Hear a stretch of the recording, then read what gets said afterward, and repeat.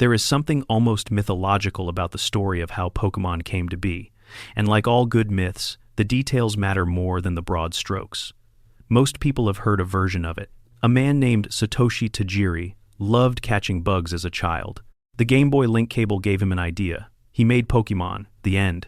But the truth is richer, stranger, and more precarious than that summary suggests. The franchise that now generates more revenue than Star Wars, the Marvel Cinematic Universe, and Harry Potter combined, nearly died in obscurity before a single cartridge was manufactured.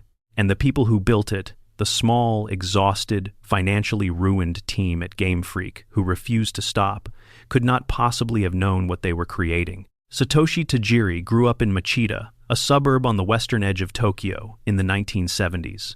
His childhood was defined by the outdoors in a way that was already becoming increasingly rare among Japanese children of his generation. He was nicknamed Doctor Bug by his family and neighbors because of his extraordinary obsession with insects. He did not simply collect them. He studied them, he cataloged them. He developed elaborate catching strategies for different species. He knew which habitats to check at which times of year. He knew that certain beetles came out only at dusk, and that some moths would only land on specific types of bark, and that the rarest specimens required patience and knowledge, and the willingness to sit very quietly in places that most children found uncomfortable. His bug-collecting world had its own economy, its own hierarchy of value, its own thrill of discovery. The rarer the insect, the greater the satisfaction of the capture. The rarest insects felt like finding treasure, and when you found one and wanted to share it, you had to take it physically from one place to another, hand it over, watch someone else's reaction to what you had found. The social dimension of discovery was woven into the act of discovery itself. As Tajiri entered his teenage years in the late 1970s and early 1980s, Japan's growing urban sprawl began to swallow the habitats where he had spent his childhood. The ponds and fields and wooded lots that had been his hunting grounds were replaced with apartment blocks and convenience stores. The insects were still there, just less so, and finding them required traveling further from home. He channeled his restless intellectual energy into a new obsession that the urban environment could offer: arcade games. Space Invaders had launched in 1978 and swept through Japanese youth culture with extraordinary speed.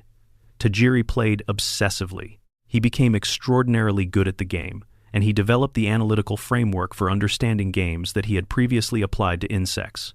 What are the patterns? Where are the hidden opportunities? What does the machine do when you push it in a direction it was not designed for? The owner of his local arcade, so impressed by Tajiri's mastery, eventually gave him a Space Invaders cabinet of his own. He was 17 years old. He had already developed the habits of mind that would later build the world's most successful franchise. Around this time, Tajiri began writing a handwritten gaming fanzine that he called Game Freak.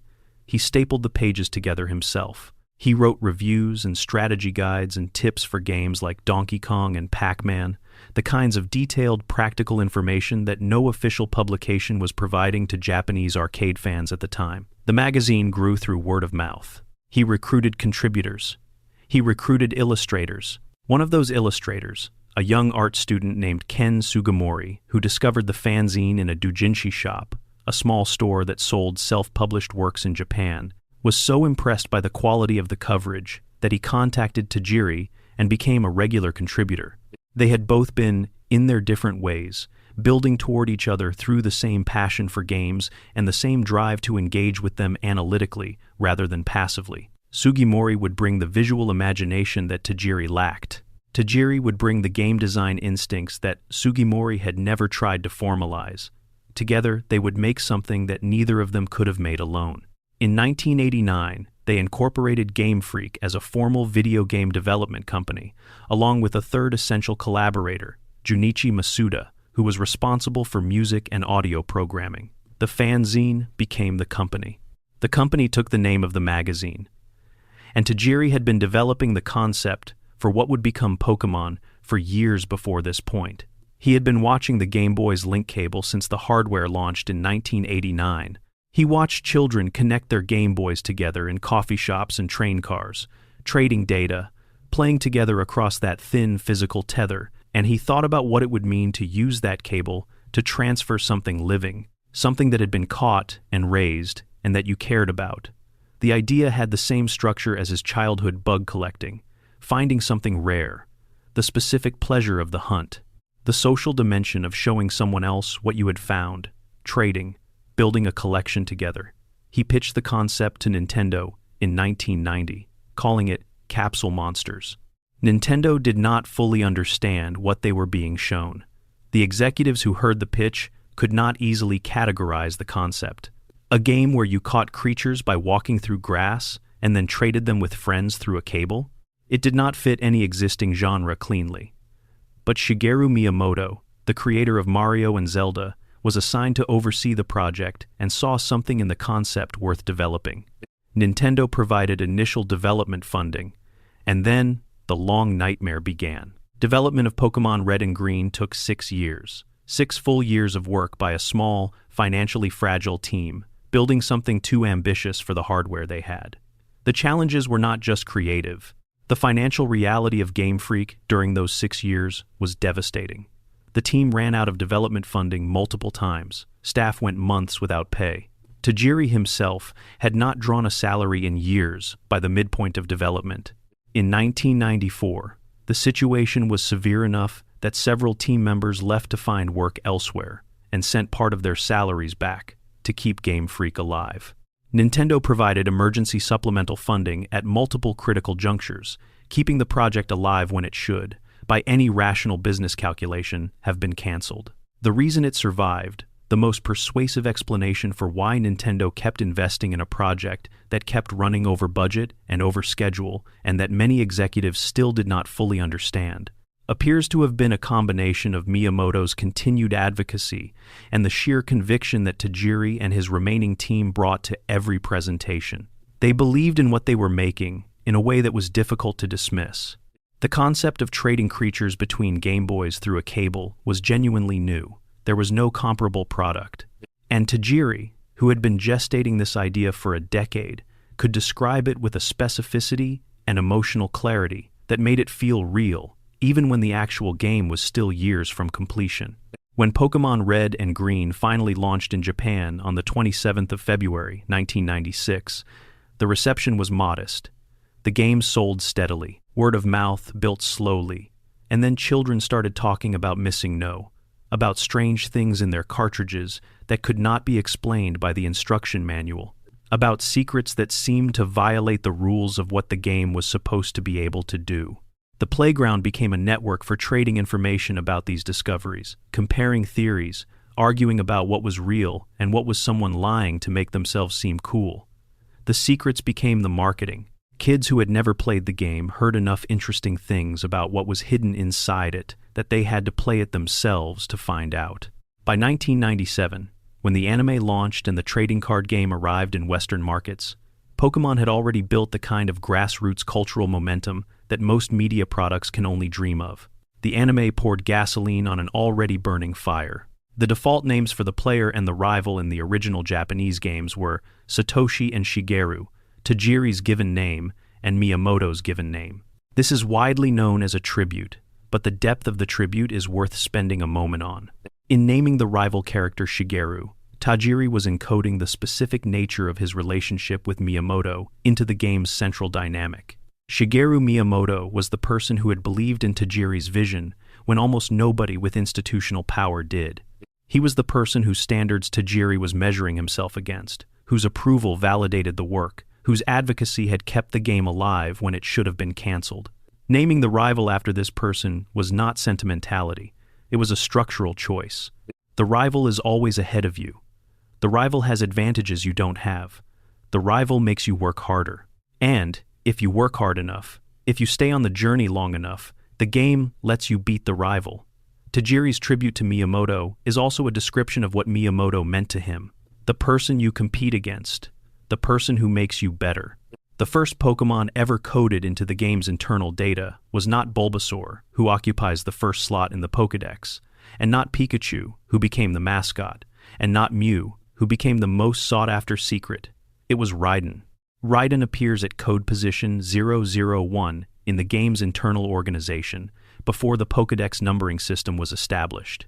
The development team used Rhydon as a placeholder model when testing environment designs and animation systems, because Rhydon's sprite was the first one that was complete enough to test against reliably. This technical accident left a permanent mark on the game's world.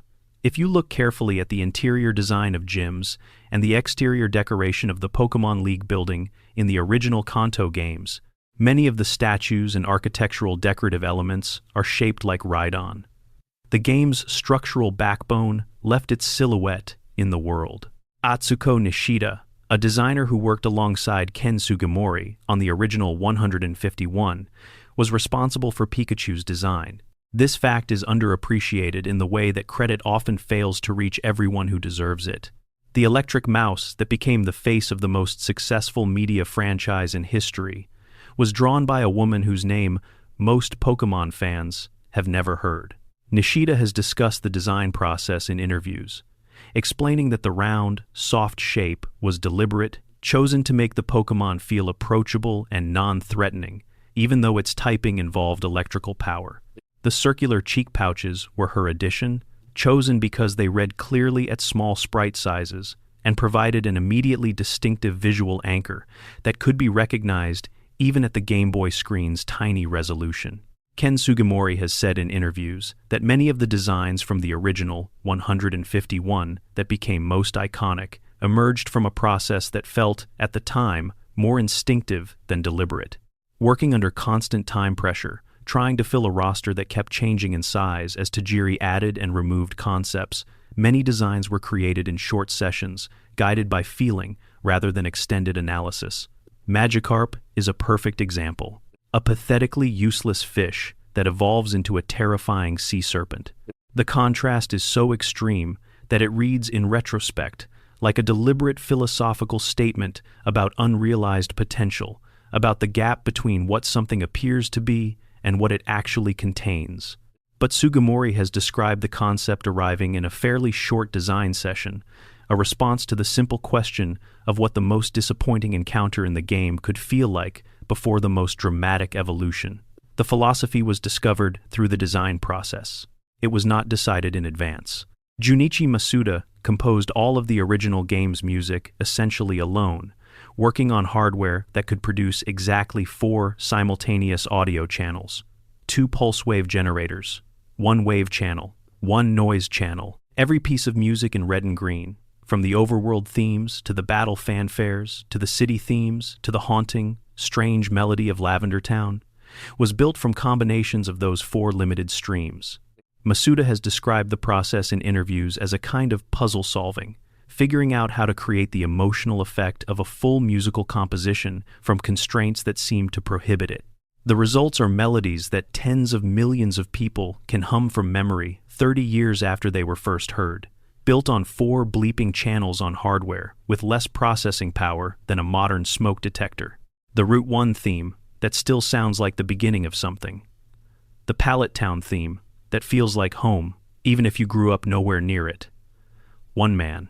The poke flute, the instrument used to wake sleeping Snorlax blocking the roads in Kanto, plays a specific melody in the original games.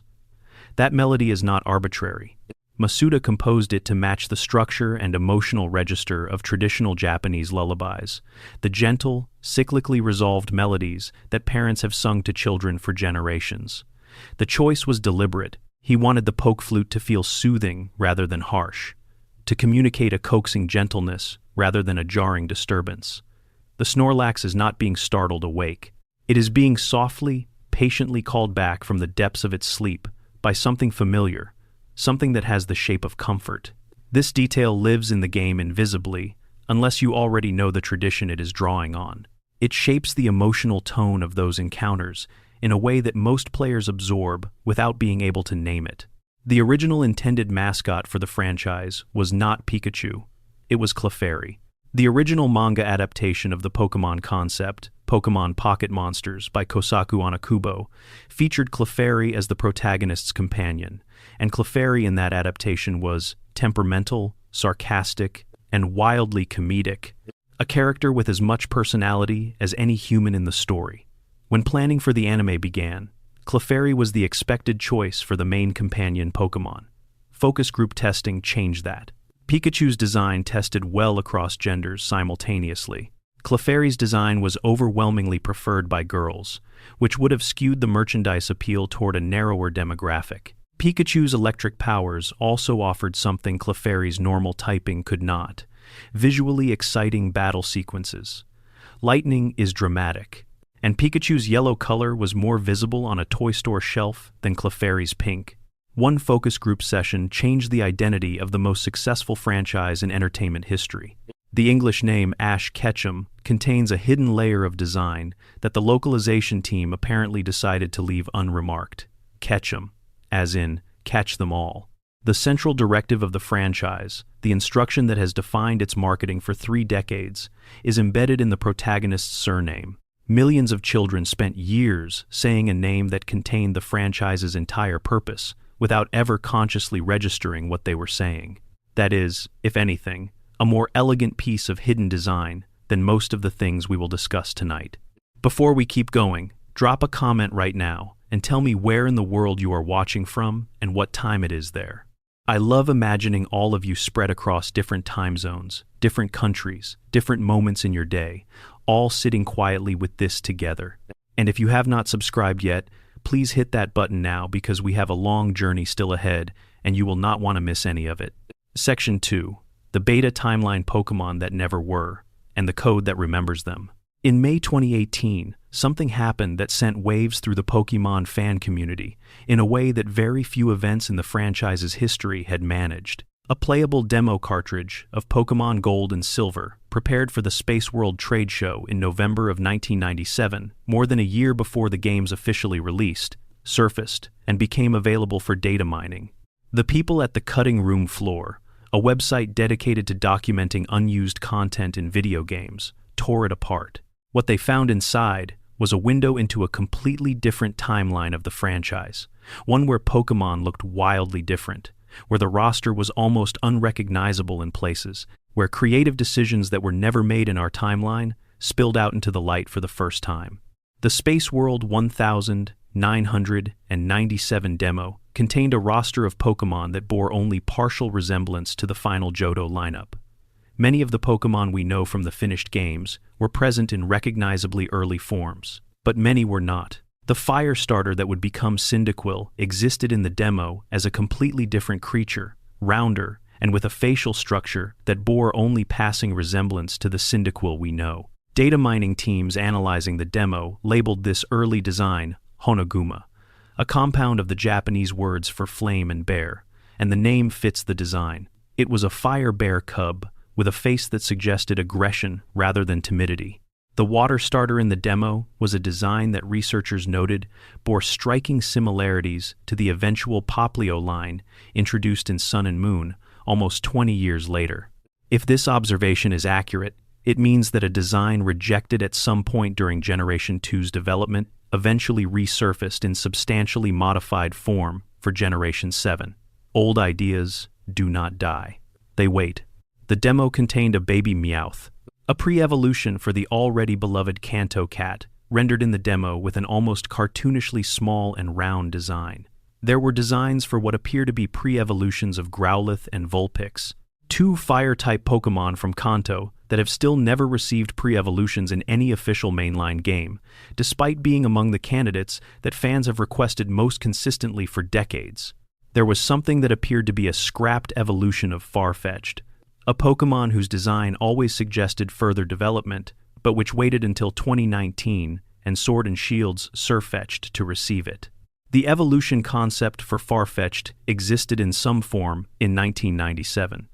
It took 22 more years to actually appear. The most significant revelation from the demo, for fans who had spent years theorizing about Pokemon's unresolved evolutionary families, was the confirmation that evolutions had been planned for 4 specific Pokemon: Yanma, Girafarig, Shuckle, and Piloswine. All 4 of these Pokemon were released in Gold and Silver, with no evolutions, which has always struck attentive players as somewhat incomplete, given how naturally each design suggests further development. The Space World demo confirmed that the development team shared that instinct. They had been building those evolutions. Then they were cut. Yanmega, the evolution for Yanma, eventually appeared in Diamond and Pearl in 2006. Mamoswine, Piloswine's evolution, appeared in the same games. Farigiraf, Girafarig's evolution, appeared in Scarlet and Violet in 2022, 25 years after the concept was first drafted. Shuckle still has no evolution. It is the last surviving member of a 1,997 list of intended evolutionary developments. Waiting. The Cutting Room Floor's documentation of Pokémon Red and Blue's unused content offers an equally revealing window into the making of the original games. Researchers found unused map data suggesting that the Mount Moon area was significantly larger in early development, with additional sublevels that were cut to manage pacing. There is unused text for a character in Celadon City, implying a more complex relationship between the Game Corner and Team Rocket than the final game presents. There are item entries for objects that never appear in normal gameplay, including what appears to be an early prototype for a key item that would have accessed a location that does not exist in the shipped game. There is data suggesting that, at some point in development, Cinnabar Island was going to have more accessible interior spaces in the Pokémon Mansion than the final game contains. The Safari Zone in Red and Blue was originally going to be time-based rather than step-based. Players would have had a countdown clock rather than a step counter, creating a frantic race against time to catch rare Pokémon. The step-based system replaced the timer because it was simpler to implement reliably, and because it felt slightly less punishing to players who moved carefully through the area, trying to find specific Pokémon. This seems like a small change. But the texture of the Safari Zone experience, that particular tension between wanting to explore and knowing that every step is costing you, is a product of the step-based system. A timer would have felt faster, more urgent, closer to panic. The designers chose a slower kind of pressure. Pokémon Fire Red and Leaf Green, released in 2004 as remakes of the original Kanto games for the Game Boy Advance, contain a piece of unused content that suggests an ambition that was very nearly realized and then quietly set aside. Embedded in the game's map files is an incomplete map that researchers have identified as sharing layout characteristics with Olivine City from Johto. The inference is difficult to avoid. At some point during development of Fire Red and Leaf Green, the team was considering extending the game into Johto as a post-game area, mirroring the way Gold and Silver had extended into Kanto. The map data was never finished. The connection was never built. Heart Gold and Soul Silver in 2009 finally delivered the combined Kanto-Johto experience, but the incomplete Olivine City map in Fire Red and Leaf Green shows that the developers were thinking about this possibility as early as 2004, 5 years before it actually happened. The Trick House in Pokémon Ruby and Sapphire, that charming side area where an eccentric character sets up increasingly elaborate puzzle rooms for players to solve, contains a secret that most fans who loved the location never knew about. In the game's data, there exists a complete team of Pokémon attributed to the Trickmaster. These are not placeholder entries or partial data. They are a complete, battle-ready team, built for fights that were never programmed into the finished game. The original design apparently called for the Trickmaster to fight the player after each successfully completed puzzle room, providing a proper climatic challenge after each section of his maze. The concept was cut, leaving the Trickmaster as a host who gives prizes and remains safely non-combatant. The Pokémon team that was built for those battles is still in the code, ready for a fight that will never come. Pokémon Diamond and Pearl's underground feature, the cooperative area where players could dig for fossils and treasure and build secret bases together, was designed with an additional multiplayer mechanic that did not make it into the finished game. The scrapped mechanic would have allowed players to bury items underground in their secret bases, items that other players could subsequently discover and dig up when they visited. It was a player-driven treasure hunt economy embedded in the cooperative social experience of the underground. The feature was removed before launch, likely because of balance concerns around rare items being distributed without restriction. Brilliant Diamond and Shining Pearl, the 2021 remakes, significantly expanded the Underground's mechanics and gave players more reasons to explore it, which many fans interpreted as a belated attempt to fulfill the promise of the original conception. The scale of Diamond and Pearl's removed content does not stop there. Early development maps for those games, some of which have partially surfaced through Nintendo data leaks, show that Mount Coronet was considerably more expansive than the version that shipped. Additional cavern sections with puzzle elements were designed, some of them showing layout complexity that suggests they were fairly advanced in development before being cut. The mountain, as it exists in the finished game, is already the most sprawling dungeon area in the Sinnoh region, requiring multiple visits across the span of the entire main story. The original vision appears to have been something even more massive, a landmark designed to feel genuinely legendary in a way that would have required hours of dedicated exploration to fully traverse. Emerald's Battle Frontier, which stands as one of the most challenging and most beloved post-game constructions the franchise has ever produced, was not the full extent of the original plan. Data miners working on Emerald's files found references to what they interpreted as a second battle pyramid, a structure that would have mirrored the existing one in some inverted or reversed form, perhaps requiring players to start at the top and descend through increasing difficulty. The complete design of this secondary facility cannot be reconstructed from the fragments that remain, but its existence in the planning stages suggests that the Battle Frontier was intended to be even larger before limitations of the Game Boy Advance cartridge format forced the team to scale back. And then there is the matter of Pokémon X and Y's Eternal Flower Floette. During the events of Pokémon X and Y, a character named AZ is revealed as the ancient king of the Kalos region, who created a weapon powered by his beloved Floette's life force 3,000 years ago in an act of grief and rage. At the end of the game, his Floette returns to him, a unique variant form called the Eternal Flower Floette that cannot be obtained by the player through any normal gameplay means. An NPC in the game explicitly tells the player that the Eternal Flower Floette will be obtainable in the future. Its data is entirely complete in the game's code.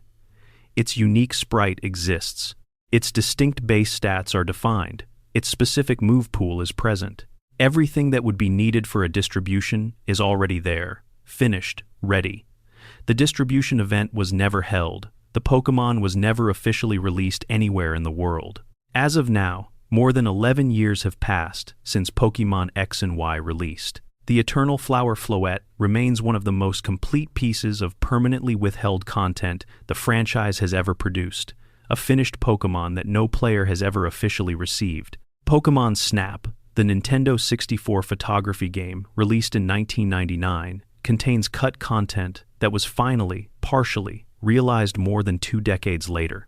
Buried in the game's code, data miners found a mechanic that was never implemented in the finished product: the ability to ride on Lapras across water to get closer to aquatic Pokémon. The entire interaction was programmed, with Lapras serving as a rideable water vehicle for the photography mode. It was cut, almost certainly due to development time constraints. New Pokémon Snap, released in 2021, gave players much more dynamic and interactive environments, the ability to influence Pokémon behavior, and a general sense of creative freedom that the original had been reaching toward. But the Lapras mechanic from the original remains one of the most tantalizing specific pieces of what was almost realized. Pokémon Go, Niantic's augmented reality mobile game, was designed with a version of the catching mechanic that is significantly more physically demanding than what shipped. In the planned version, wild Pokémon that a player attempted to catch could flee not by simply disappearing from the encounter screen, but by fleeing into the surrounding real-world environment, requiring the player to physically chase them. The mechanic was built and then removed, specifically because of safety concerns. A game that encourages people, including children, to physically run through urban environments while staring at their phones is a game with obvious and severe potential for accidents and injuries. The replacement flee mechanic, where a Pokémon simply vanishes from the encounter screen after failed throw attempts, accomplishes the same gameplay tension with none of the physical risk. The magnitude of this concern was validated almost immediately by the game's actual 2016 launch, when even the existing mechanics generated widespread reports of accidents, trespassing incidents, and dangerous behavior as players focused on their screens rather than their surroundings. Pokémon Black and White had plans for a gym design system that would have been the most dynamic in the franchise's history. Development documents describe gyms that changed entirely, based on the time of day, within the game's internal clock. Morning challengers would find different trainers, different puzzle configurations, and in some cases different gym leaders, entirely from the challengers who arrived in the afternoon or at night. The concept required essentially triple the content for each gym. The hardware likely could not support this efficiently, and the feature was cut. A reduced version of the underlying design interest, making gym challenges feel distinct between players rather than universal, appeared in Sword and Shield's version-exclusive gym leaders. But the time-of-day gym design remains an unrealized possibility. Section 3. Mew, Mewtwo, and the Myths. At the center of Pokémon lore. Understanding Mew requires understanding the physical constraints of the Game Boy cartridge in 1996. Game Freak's Pokémon Red and Green were built on hardware with severe memory limitations. By the time the team was approaching a finished product, the cartridge was effectively full. Every byte of space had been allocated to some specific function. There was no room for additional content. This is why what programmer Shigeki Morimoto did in the weeks before the manufacturing deadline was extraordinary in its audacity. He found approximately 300 bytes in the game's code that were not being used for any active function. 300 bytes. On a modern computer, this would be meaningless. On a Game Boy cartridge in 1996, it was just barely enough to add a Pokémon. Without telling the rest of the development team or Nintendo, Morimoto coded Mew into the game. He added its sprite, its stats, its move data, its cry, and some encounter conditions. He did not add a straightforward way to encounter it during normal gameplay. He left it hidden, accessible only through glitches in the game's memory structure that he may or may not have anticipated players would eventually find. Nintendo discovered the hidden Pokémon only after the cartridges had already been sent to the manufacturing plant. There was nothing to be done. Mew would ship with the game. The decision was made to use Mew as a promotional item for future official events, creating artificial scarcity around a Pokémon that was already present in every copy of Red and Green. This worked brilliantly. The mystery of Mew, the question of whether it was real or just a playground rumor, the debates about how to get it legitimately, drove engagement with the games in a way that no marketing campaign could have matched. You cannot purchase the level of authenticity that genuine mystery produces. Morimoto accidentally created the most effective promotion in the franchise's history by hiding 300 bytes' worth of Pokémon in the last remaining corner of a full cartridge. The truck theory deserves particular attention as one of the most elegant pieces of accidental game design ever produced. In Vermilion City, near the port where players board the SS, Anne, there is a truck parked near the water. The player cannot interact with it in any meaningful way. In a game full of interactable objects, an object that does nothing is conspicuous. Players noticed it, and children, being children, began constructing explanations for why it was there. The most widespread explanation was that Mew was hidden under the truck, that if you performed some specific sequence of actions that nobody could quite agree on, you would find Mew underneath it. None of this was true. There is no Mew under the truck. The truck exists purely as environmental set dressing, placed to make the port area feel like a real working dock, and that was all it ever was. But the rumor it generated became so deeply embedded in Pokémon fan culture that Game Freak eventually acknowledged it directly. In Pokémon Sun and Moon, released in 2016, there is a parked truck visible near a harbor area in Alola that serves no gameplay function whatsoever. It is just there, doing nothing, as a direct nod to the Vermilion City truck and the mythology that grew around it. After 20 years, the developers found a gentle way of saying, yes, we knew about the truck. We always knew. The Ditto-Mew connection is the fan theory that rests on the strongest factual foundation. Start with the numbers. Ditto and Mew are both exactly 8.8 pounds. Both are listed at 1 foot in height. Both share a purple or pink color in their shiny form, with Mew being pink in normal form and Ditto pink in its shiny form. Both can learn Transform, the ability to copy the form and stats of any other Pokémon. And Ditto is the only Pokémon in the entire mainline series that can breed with virtually any other species, a biological capability that has never been fully explained in any official medium. The ability to take on any form and to produce viable offspring with any species implies a genetic flexibility that goes beyond anything explained by the game's biological framework. The most elegant explanation, the one that the existing lore about Mewtwo's creation most naturally supports, is that Ditto is a byproduct of the cloning experiments conducted on Mew, an imperfect copy. A creature that retained Mew's shape-shifting capability and genetic universality but lost its legendary power. Something that was created in the attempt to clone Mew, found to be insufficient for whatever the experimenters intended, and discarded into the wild Pokémon ecosystem, where it eventually spread and became its own thriving species. Game Freak has never confirmed this theory. They have also never denied it. They have specifically declined to address it directly in interviews, which is itself notable. A theory this structurally well supported, built on actual numerical data present in the games, would be easy to falsify if it were simply wrong. The choice to neither confirm nor deny, it reads, to many fans, as a choice to let the mystery breathe. Some questions are more valuable as questions than as answers. Mewtwo's backstory, told through the journal entries scattered through the Pokémon Mansion on Cinnabar Island, is one of the earliest and most effectively deployed instances of environmental storytelling in the franchise. The journals describe an expedition that found Mew in a South American jungle, specifically mentioning Guyana. They describe the excitement of the discovery, the subsequent cloning effort, the gradual growing of the clone, and then the loss of control. The clone grew powerful beyond the scientists' ability to manage. It destroyed the laboratory. It escaped. The final journal entry expresses hope that the creature can be captured. We know from the existence of Mewtwo in a cave outside Cerulean City that this hope was not fulfilled. What the journals do not tell us is what happened to the scientists afterward. They do not tell us who funded the research or what the intended application of a successfully cloned Mew was supposed to be. They do not tell us whether Giovanni and Team Rocket were involved from the project's inception or whether they acquired interest in it after the initial disaster. They do not tell us whether the researcher who wrote the last entry, expressing hope of capture, is still alive. The games leave the prehistory of Mewtwo deliberately incomplete, a wound in the world's history that the player arrives too late to witness and can only feel the shape of through the ruins of what the Pokémon Mansion once housed. Arceus, the Pokémon described in its own lore as the creator of the universe, who hatched from an egg in the void before space and time existed, was planned significantly earlier than its official appearance suggests.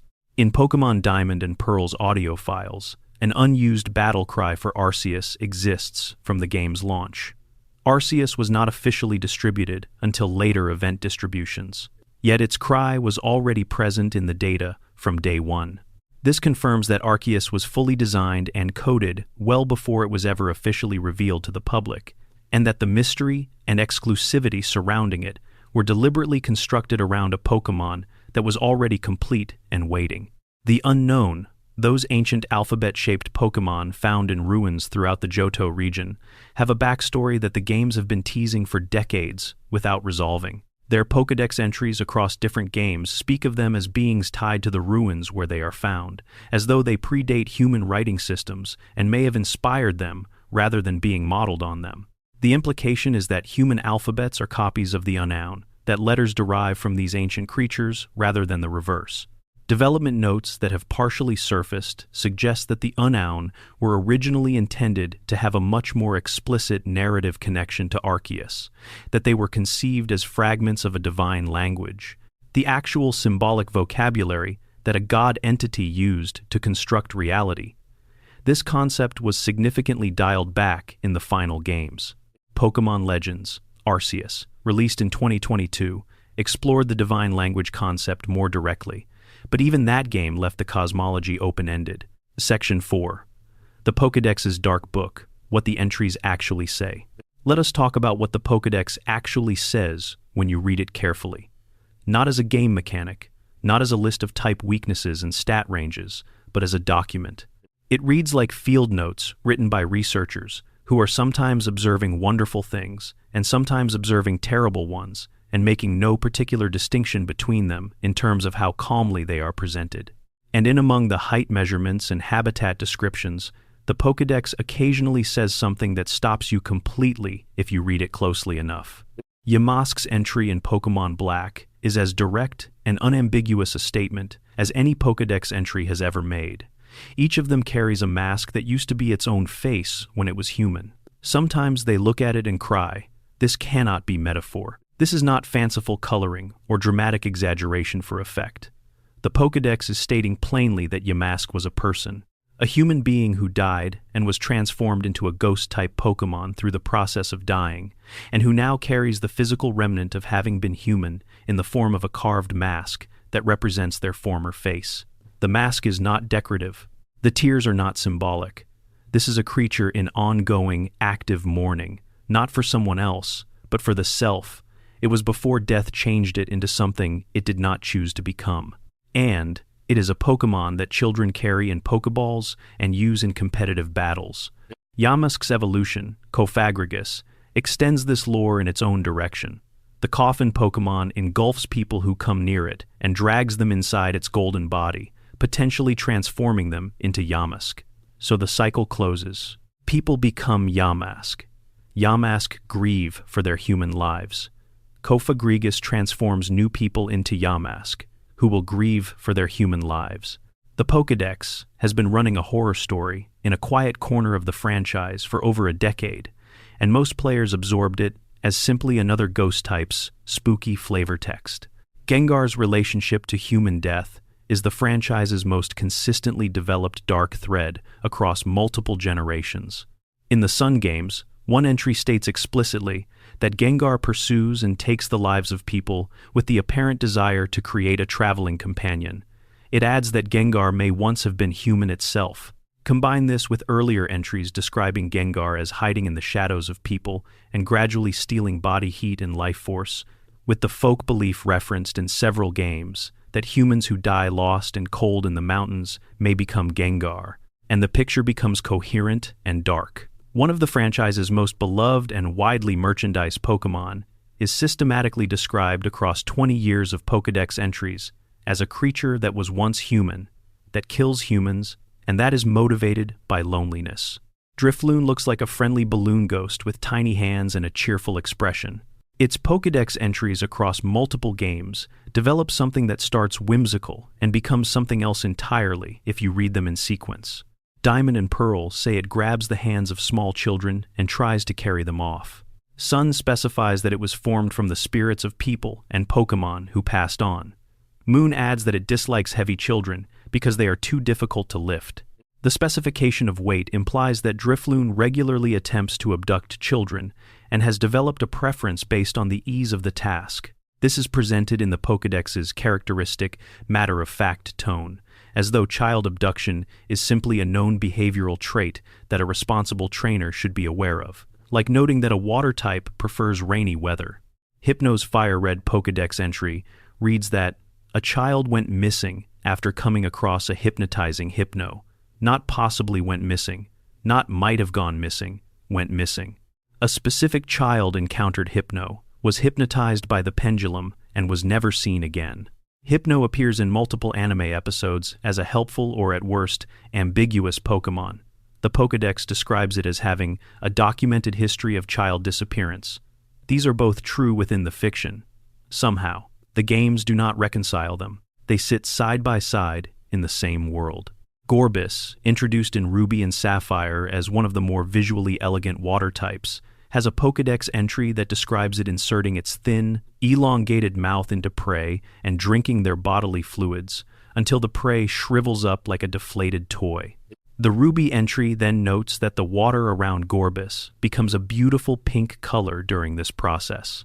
The aestheticization of predatory horror, the observation that something terrible produces something pretty, is embedded in that entry in a way that seems almost too tonally complex for a children's game. Whether it was intentional or simply the result of a writer who was very committed to accurate predator biology and happened to notice that beauty and cruelty sometimes coincide, there is no documented answer. Spoink must never stop bouncing. The spring on its tail powers its heart. If the bouncing stops, the heart stops. Consider what it means to be a Spoink. Every moment of stillness is a medical emergency. Sleep, if it sleeps at all, must be a delicate, managed act of minimal movement and maximum recuperation.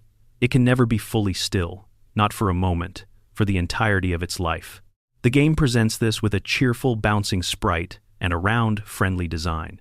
The Pokédex quietly describes what amounts to a chronic, inescapable condition that structures every second of the creature's existence around a single physical demand it cannot escape or pause. The Cubone line carries one of the franchise's most specific pieces of dark lore, and the depths go further than most fans have explored. The most common knowledge is that Cubone wears the skull of its deceased mother, and that when it cries, the skull rattles and echoes with what sounds like her voice. In the Space World 1997 beta demo, early concept art showed multiple skull design variations for Cubone, suggesting that different Cubone might carry the skulls of different species of Pokémon mothers. The final game settled on a single skull design. This gives Cubone's lore a specific, intimate quality. This particular Cubone is wearing the skull of its particular mother. The scrapped variant designs would have made the tragedy broader and stranger. A creature that seeks any available skull regardless of species, transforming it into a memorial through the specific act of wearing it. Both versions are deeply sad. The one that shipped feels personal. The one that was cut would have felt cosmic. Banette is an abandoned doll, animated by a powerful grudge against the child who discarded it. Banette is not haunted in the sense of being possessed by something external. Banette is the doll itself, transformed by the intensity of its own anger into a living ghost. It is the personification of what happens when love is replaced by abandonment, when something that was cherished becomes something inconvenient, and the wound of that transition does not close but deepens into something active and searching. Multiple Pokédex entries note that Banette is still looking for the child who threw it away. It has been searching for years. It will continue to search. Whether it finds that child, and what it does when it does, the Pokédex does not say, but the implication of a haunted doll with a documented grudge and the patience to search for years is not comforting. Lieutenant Surge's reference to a war in the original games is the single line of dialogue that opens the most sustained thread of unanswered questions in the franchise. He says his Raichu kept him alive during a war. Past tense. He is grateful. He is an adult man in a region where adult men are conspicuously rare in ordinary domestic settings. Go to Pallet Town or Cerulean City or most of Kanto's smaller towns. You will find elderly men like Professor Oak and young men like gym leaders in official capacities. But the ordinary adult men who would make up the working population of any normal community are largely absent. Women are overwhelmingly present in the domestic life of Kanto. Men are not. This demographic imbalance is documented by fans who have systematically counted NPC types across the original games. The games never address it. They do not need to. The absence is its own kind of statement. Section 5. Glitches, bugs, and the happy accidents that became legend. The old man glitch that reveals MissingNo is best understood starting from the specific mechanism that creates it. When you speak to the old man in Viridian City and choose to watch his Pokémon catching tutorial, the game faces a small technical problem. The tutorial uses the text "Old Man," which needs to occupy the same memory address where your character's name normally lives. The game's solution is to temporarily move your character's name to a different memory address for the duration of the demonstration. After the tutorial ends, your name returns to its usual location, but the temporary holding address, the one your name occupied during the Old Man sequence, is also the address that the game consults when determining which wild Pokémon appear on the eastern coast of Cinnabar Island. Cinnabar's eastern coast is a glitch zone because of how the game handles the boundary between Cinnabar Island's indoor areas, the labs and gyms, and the outdoor coastline. When you surf on that strip of water, the game needs to load encounter data for the location, but the encounter table for that specific strip of coast is not fully defined. Instead, the game reads from whatever currently occupies the relevant memory address. And after the Old Man tutorial, what lives there is your character's name, with each letter translated into a Pokémon encounter ID through the game's internal encoding. The letters of your name become Pokémon encounters. If the combination of characters aligns with the data slot where MissingNo exists, MissingNo appears. MissingNo itself is not a mistake, in the sense of being unintended code. It is a placeholder entry, given enough structure to prevent the game from crashing when it tries to access Pokédex slots that contain no finished Pokémon data. It has a sprite, or rather 3 possible sprites, 2 fossil skeletons, and the ghost image from the Lavender Tower encounter. It has a cry, a garbled version of other Pokémon sounds. It has stat values. It has a type, bird and normal, a type designation that predates the normal flying classification of Pokémon like Pidgey and Spearow. When players encountered MissingNo through the Old Man glitch, they were seeing the structural scaffolding of the game's construction, not a hidden secret, but the framework left in place to prevent crashes during testing, accidentally made visible through a chain of memory management decisions. The item duplication effect, associated with MissingNo, comes from a separate but related quirk. Encountering MissingNo corrupts a specific byte in the player's inventory data, the byte that stores the quantity of whatever item currently occupies the 6th inventory slot. The corruption sets the high bit of that byte to 1, which in binary arithmetic means adding 128 to whatever value was already stored there. If you had 10 of an item in slot 6 before the encounter, you have 138 after. If you had 50, you have 178. If you had a Master Ball or a rare candy in slot 6, you suddenly have 128 more than you had before. The duplication works reliably. It is not a legend. It is simply a consequence of memory corruption happening to interact with inventory data in a predictable, mathematical way. Glitch City exploits a completely different gap in the same era's programming. The Safari Zone counts the player's steps, and when the counter runs out, regardless of where the player is in the zone, triggers an exit sequence that teleports them back to the entrance. There is a specific quirk in how this mechanic interacts with the save and reset function. If a player saves inside the Safari Zone, returns to the title screen, re-enters the game, flies away before the counter runs out, and then triggers re-entry to the Safari Zone through a saved game state, the exit sequence can fire in the wrong location. The game attempts to transport the player to where the Safari Zone entrance should be, but applies that indoor map's tile data to whatever outdoor location the player is currently standing in. Safari Zone tiles are laid over terrain they were never designed to interact with. The result is Glitch City, an impossible landscape of mismatched floor tiles, walls in wrong places, trees growing in the wrong orientation, and collision detection that has become completely erratic. Players who found Glitch City in the late 1990s had no framework to understand it as a programming error. They experienced it as something genuinely unsettling, a place that felt like the game had taken them somewhere it was not supposed to. The fact that the landscape was wrong in ways that were difficult to articulate, that it was not simply broken but geometrically impossible in a way that felt dreamlike, gave Glitch City a particular emotional resonance. Players described it as a hidden area, a secret world, somewhere that was not supposed to exist but did. This is, in the most generous possible reading, exactly what it was. Focus Energy is one of the original game's most famous quiet disasters. The move is described as helping the user focus their power, increasing the probability of landing critical hits on subsequent attacks. Players who used it in battle would observe over the following turns that their critical hit rate seemed about the same as normal, or perhaps slightly worse. Data mining years later confirmed why. The code for Focus Energy inverts its intended mathematical relationship with the critical hit calculation. Using Focus Energy flags the game to divide the critical hit rate of subsequent attacks by 4, not to multiply it. The move is mechanically worse than using no move at all. Players dismissed it as useless for years, not knowing they were correct for entirely the wrong reason. The error was not corrected until Generation 2, meaning that, for the full duration of Red, Blue, and Yellow's competitive life, every player who used Focus Energy was actively reducing their own effectiveness while believing they were increasing it. In Pokémon Gold and Silver, the real-time clock system created a completely different class of glitch that emerged years after the games were purchased. The internal clock in a Game Boy Color cartridge runs on a small CR2032 battery with a finite lifespan, typically somewhere between 5 and 10 years of use. When this battery dies, the clock stops, and every mechanic tied to that clock stops with it. In Ruby and Sapphire, the berry growing system is entirely clock-dependent.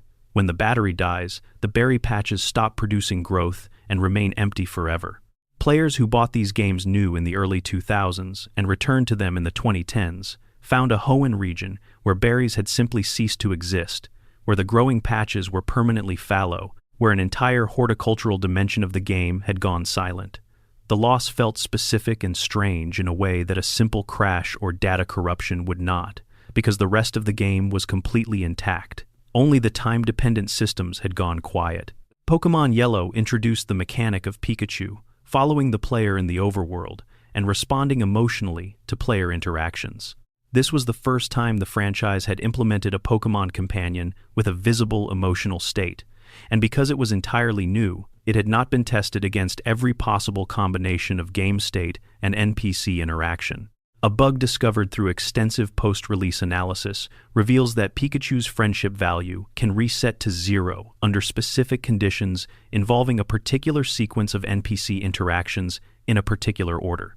No ordinary player would ever create these conditions accidentally, but if the sequence was met, Pikachu would suddenly become cold and distant without any in-game explanation, and the player would need to rebuild the friendship from the lowest possible starting point without understanding what had gone wrong. Section 6. The anime's secret history. What the show almost was. The Pokémon anime premiered on the 1st of April, 1997 in Japan. The show that launched that day had not yet become what it would eventually be. It was navigating between what its creators had planned and what its audience was deciding it needed to be, and that navigation produced some of the most memorable decisions in animated television, along with some equally memorable decisions that no audience has ever seen. Ash's partner was supposed to be Clefairy. The original manga adaptation featured Clefairy as the protagonist's companion, temperamental, comedic, sarcastic, in ways that made it more interesting than a simple cute sidekick. When planning for the anime began, Clefairy was the expected choice. Focus group testing changed this. Pikachu's design tested well with both boys and girls simultaneously, while Clefairy skewed strongly toward girls, creating a demographic narrowing that worried the producers. Pikachu's electrical powers also offered visually exciting battle sequences in ways that Clefairy's normal typing could not. Lightning is spectacular and easy to animate dramatically, and Pikachu's yellow made it more visible on merchandise shelves. One focus group result reshaped the visual language of the franchise permanently. The original plan for traveling companions was a rotating cast. Different gym leaders and trainers would join Ash's group as the story moved through different geographic areas. Brock and Misty were not supposed to stay.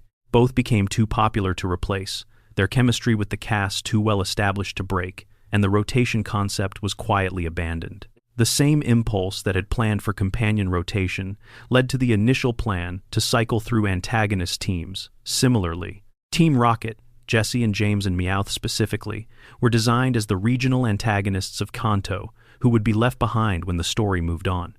Fan reception made this impossible. The trio became the show's most beloved recurring characters, and writers deepened all three in response to that reception. Meowth's voice performance, significantly shaped by voice actor Inuko Inuyama's improvised street-smart delivery, made the character beloved in ways that the script had not planned for. Early drafts had Meowth leaving Team Rocket before the first season ended. Instead, he ran alongside Jessie and James for the full length of the original series. The Electric Soldier Porygon incident reshaped the anime and the franchise in ways that persist to the present day. On the 16th of December, 1997, Episode 38 aired in Japan. During a sequence where Pikachu fires a thunderbolt at missiles inside a digital space, the animation team used rapidly alternating red and blue frames, creating a stroboscopic effect. Approximately 685 children in Japan were hospitalized that evening with seizure-like symptoms. Hundreds more experienced nausea and dizziness. The show went on a 4-month hiatus. All previously produced episodes were reviewed and re-edited to reduce intense light sequences. The Porygon episode has never been rebroadcast or officially released in any format anywhere in the world in the 27 years since it aired. The attribution of the incident to Porygon remains the strangest element of what followed. Pikachu's attack caused the flashing. Porygon was present in the episode, but was not responsible for the visual effect. But the episode's title featured Porygon's name, and Porygon was the Pokémon most prominently associated with the episode in public memory. As a result, Porygon and its evolutions, Porygon 2 and Porygon Z, have been essentially absent from the anime in any meaningful role ever since. Two of those three Pokémon were introduced in games after the incident, having never appeared in the anime, and they have remained absent from it despite being fully present in games, trading cards, and all other franchise media. An entire evolutionary line was effectively exiled from the medium that made every other Pokémon famous, as punishment for something another Pokémon did. This has been true for nearly 30 years and shows no sign of changing. The legend of Dratini's international ban created a continuity problem that Western viewers puzzled over for the remainder of the original series. The episode was banned because it features the Safari Zone warden pointing real handguns at Ash and his companions multiple times, played largely for comedy. The ban meant that Western viewers never saw the episode. The ban also meant that Western viewers never saw the 30 Tauros that Ash catches during his Safari Zone visit in that episode. Those 30 Tauros subsequently appear in Ash's roster at Professor Oak's lab, where they participate in occasional battles throughout the series. Western viewers had no explanation for why Ash had 30 Tauros. The Pokémon simply existed in his collection, appearing when convenient with no visible origin. A minor censorship decision created a permanent, unexplained artifact in the continuity experienced by tens of millions of international viewers.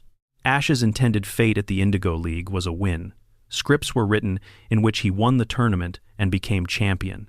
Executives changed the outcome for commercial reasons. A champion Ash, with nowhere left to go, would have been difficult to build a second season around. The resulting loss to Richie, a trainer who appeared without significant prior establishment and whose team included a Charmander that Ash had previously had advantages against, generated genuine audience frustration. But the frustration became productive. The question of whether Ash would ever win became one of the show's organizing preoccupations for a quarter century, giving the series a long-term narrative spine that a first-season victory could never have provided. When Ash won the Pokémon World Coronation Series in 2022, 25 years after his first defeat at the Indigo League, the response from fans who had been watching since the beginning was disproportionate to what the rational situation seemed to call for. 25 years of investment made the victory genuinely mean something. The executive who required the loss in 1999 may have made one of the better long-term creative decisions in animated television history, even though it was made for entirely pragmatic commercial reasons. James, from Team Rocket, played for comedy in almost every appearance, comes from extraordinary wealth. His family home, shown in flashback episodes, is enormous. His background is clearly generational money. He abandoned this world voluntarily, choosing a life of petty crime with 2 friends and a talking cat over the secure, comfortable, socially legible life that his background offered. The show uses this for jokes, but if you read it as character rather than gag, James is someone who made a radical and conscious choice to reject something he was expected to want in favor of a life that gave him neither security nor respect, but that he found, in its strange, disreputable way, more honest. The show never quite says this. It is available to anyone looking for it. Section 7. Trading Card Game Secrets and Hidden Histories. The pre-release Raichu exists because of a printing error that Wizards of the Coast denied for 7 years. While running test prints of the Jungle Expansion's Clefable promotional card, several base set Raichu cards were included on the same print sheet and received the pre-release stamp meant for Clefable. The error was caught, the print run corrected, and the misstamped Raichu cards distributed to Wizards employees rather than being destroyed. Reports of the card began appearing in online Pokémon communities in 1999 from a forum member who had attended the Tropical Mega Battle tournament in Hawaii and noticed a Wizards representative with a strange error card. Wizards denied the cards existed for years. The denial ended in 2006 when a former employee provided photographs and a first-person account. The documentation confirmed the legend. A graded example of the pre-release Raichu sold at auction in recent years for approximately $550,000, among the most valuable pieces of Pokémon memorabilia ever auctioned. The Ancient Mew card, distributed at screenings of Pokémon 2000, is one of the most unusual trading card objects ever produced. Its text is written in a runic-style script designed for the film's depiction of ancient Pokémon civilization, combining Old English runes with custom symbols. The card is visually extraordinary, printed on heavy holographic stock with the appearance of genuine antiquity. Its game text is unreadable without a translation guide. During competitive events after its release, players who owned the card could not determine what it actually did without external reference materials. The ruling was simple and permanent. The card was banned from competitive formats, not because its effects were unbalanced, but because the card's basic legibility was impossible to guarantee in any fair competitive setting. Ancient Mew is one of the most beautiful and practically useless competitive objects the hobby has produced. The Kadabra ban lasted over 20 years and had nothing to do with game balance. Uri Geller, a celebrity psychic whose career was built on demonstrations of claimed spoon bending and other psychic phenomena, filed lawsuits against Nintendo in 2000 in both England and Japan. His claim was that Kadabra, a spoon-bending psychic Pokémon whose Japanese name, Youngerer, phonetically resembles his own name, was created to mock him and appropriate his identity without permission. Nintendo settled the lawsuits. New Kadabra cards ceased to be printed. No new Kadabra appeared in any TCG set for over 20 years, across dozens of expansions and thousands of other cards. In 2023, Uri Geller publicly reversed his position and granted his blessing for Kadabra to return to the game, framing the decision as a gift to Pokémon fans who had grown up with the franchise. New Kadabra cards appeared in subsequent sets. A ban that had lasted over 2 decades over the personal feelings of one man about a Pokémon that bends spoons was finally over. The Birthday Pikachu card was distributed at events to players who could demonstrate that the event date matched their actual birth date. Its attack deals additional damage on the player's birthday. It is a card designed to be a personal gift, tied to the specific reality of your birth date, making it uniquely yours. The problem is that allowing it in competitive settings would require tournament organizers to verify players' birth dates before every match in which the card appeared. This is logistically impossible at scale. The card was banned from competitive play before widespread availability. It remains a design artifact that encodes a kind of generosity, the desire to make a player feel special on their birthday, that cannot be realized in the environment it was made for. It is a card about the specific limits of what competitive rules can accommodate. Section 8. Localization. The language between worlds. The drunk old man in Viridian City, in the original Japanese text of Pokémon Red and Green, cannot help you because he has had too much to drink. He is sleeping off his intoxication in the road. When translated for English markets, he became a man who needed his morning coffee. The change is defensible in terms of content ratings for young audiences, but it changes the character in ways that are worth noticing. The Japanese old man has a specific, gentle human fallibility, a recognizable small-town quality of someone whose day started wrong. The English old man has a caffeine dependency. One is a person with a gentle weakness. The other is a convenient plot function. They are different people, wearing the same sprite.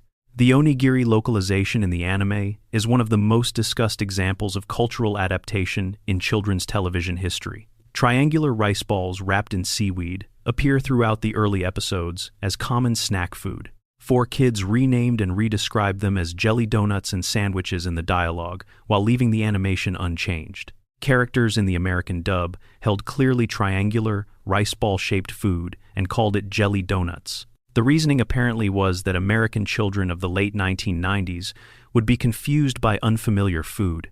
This assumption coexisted with the expectation that the same children could engage with a fictional world of creatures with complex behavioral ecology, creation myths, and ancient ruins, none of which was considered too unfamiliar to present directly. The threshold for cultural accessibility apparently included ghost Pokémon and divine legends, but not rice.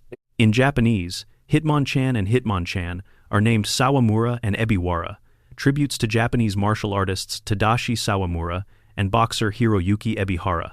In English, they became Hitmonchan and Hitmonchan, named for Bruce Lee and Jackie Chan. Neither set of names is wrong. Both honor the same underlying design intention, naming fighting Pokémon after human champions of their respective disciplines. But they address different audiences, invoke different heroes, and draw on different cultural traditions of physical excellence. They are parallel expressions of the same idea, speaking to different rooms. The move Splash is called Hop in Japanese. Magikarp hops around helplessly. When localized to English, the move was named Splash because the translator saw a fish and thought of water. This makes visual sense for Magikarp, but becomes incoherent when Hoppip, a grass-flying type, and Spoink, a psychic pig, and dozens of other Pokémon with no aquatic associations can learn or use the move. They are all hopping. The Japanese name is internally consistent across every species that uses it. The English name carries one translator's instinctive association between a fish and a word, and that association has now been repeated in every English-language game in the franchise for 30 years. The Game Corner was removed from Western releases of Pokémon games, beginning with Generation 5, after European regulatory bodies applied scrutiny to simulated gambling in games rated for children. Japanese releases continued to include slot machines in the Game Corner for several more generations. Players who compared Japanese and Western versions discovered significant content differences that had been implemented without much official explanation. The Western replacement mechanics, Voltorb Flip in Heart Gold and Soul Silver, address the same gameplay function without traditional gambling imagery. The removal is an example of regulatory reality, shaping the content of games across regional markets in ways that most players experienced without ever understanding the reason for the difference. Section 9. The Graveyard of Features. Pokémon Sun and Moon's Poképelago was intended to include an autonomous adventure system for Pokémon that the player had deposited on the islands.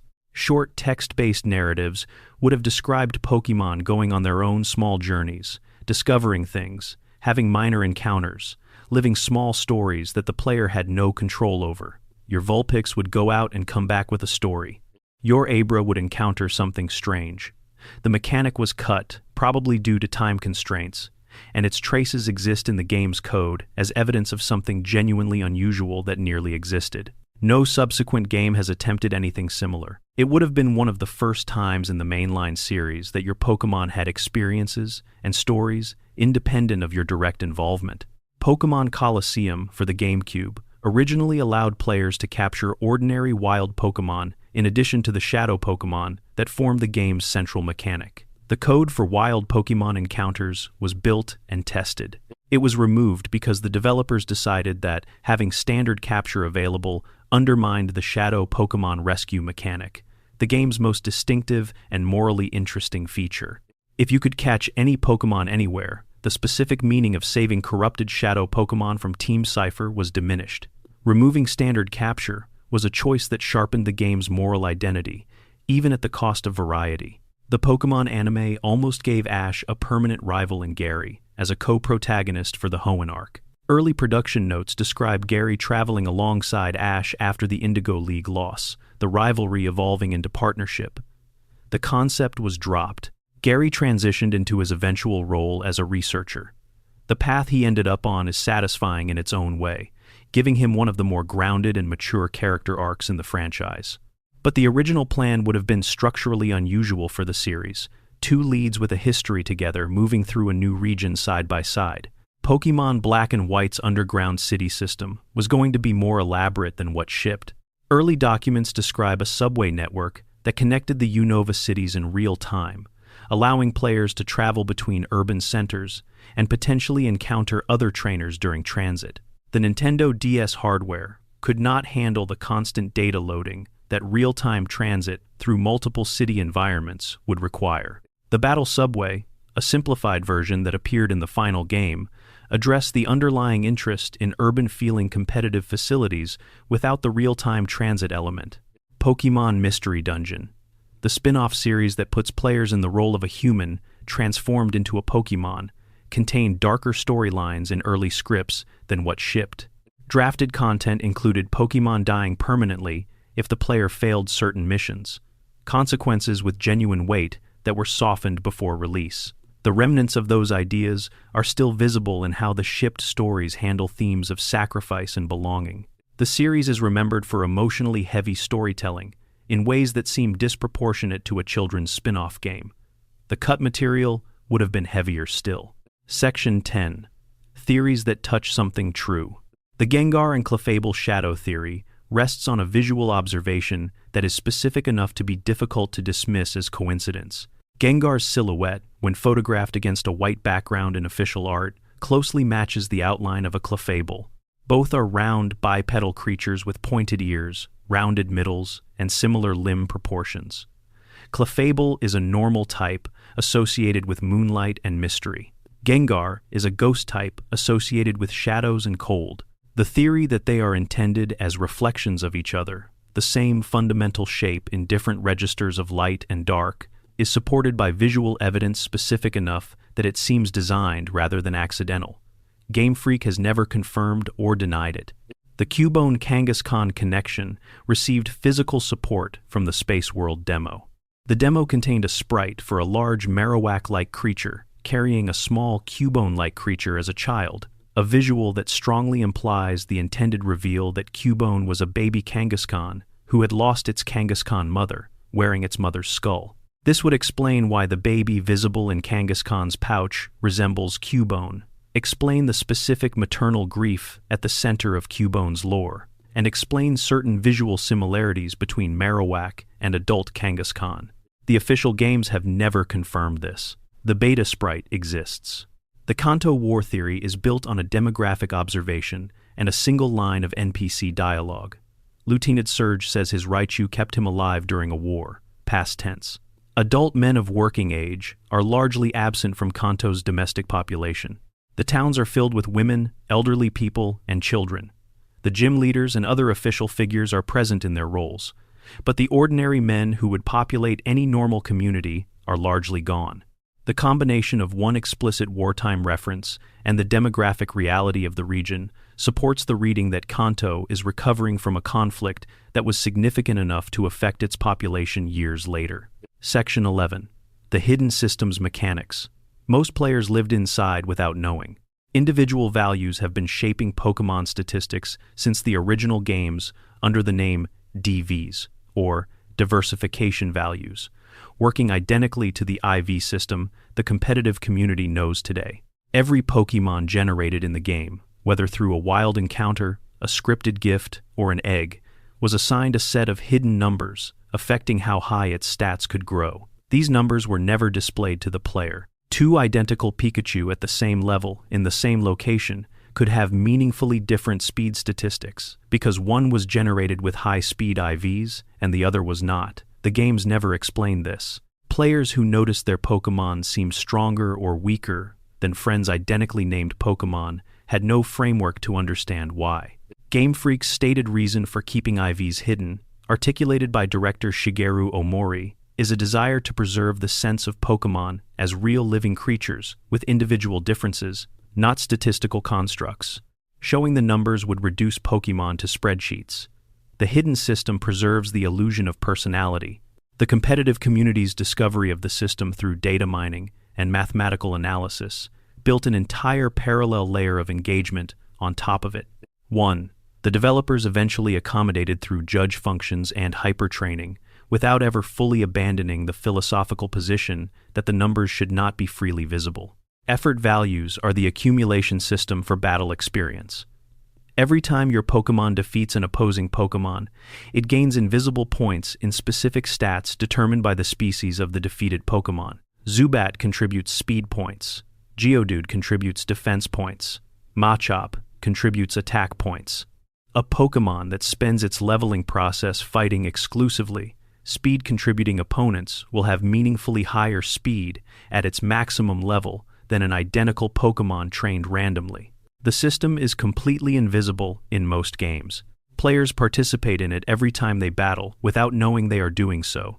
The stat distribution of their Pokémon at level 100 reflects every choice they made about which opponents to fight, invisibly and permanently. Pokerus is the most beneficial status condition in the mainline games, and most players who encounter it experience it as a threat or a mystery. The name suggests something dangerous. The notification that your Pokémon has contracted a rare virus is alarming. But Pokerus doubles all effort value gains from battles, meaning that a Pokémon with Pokerus trains twice as efficiently toward its optimal stat distribution.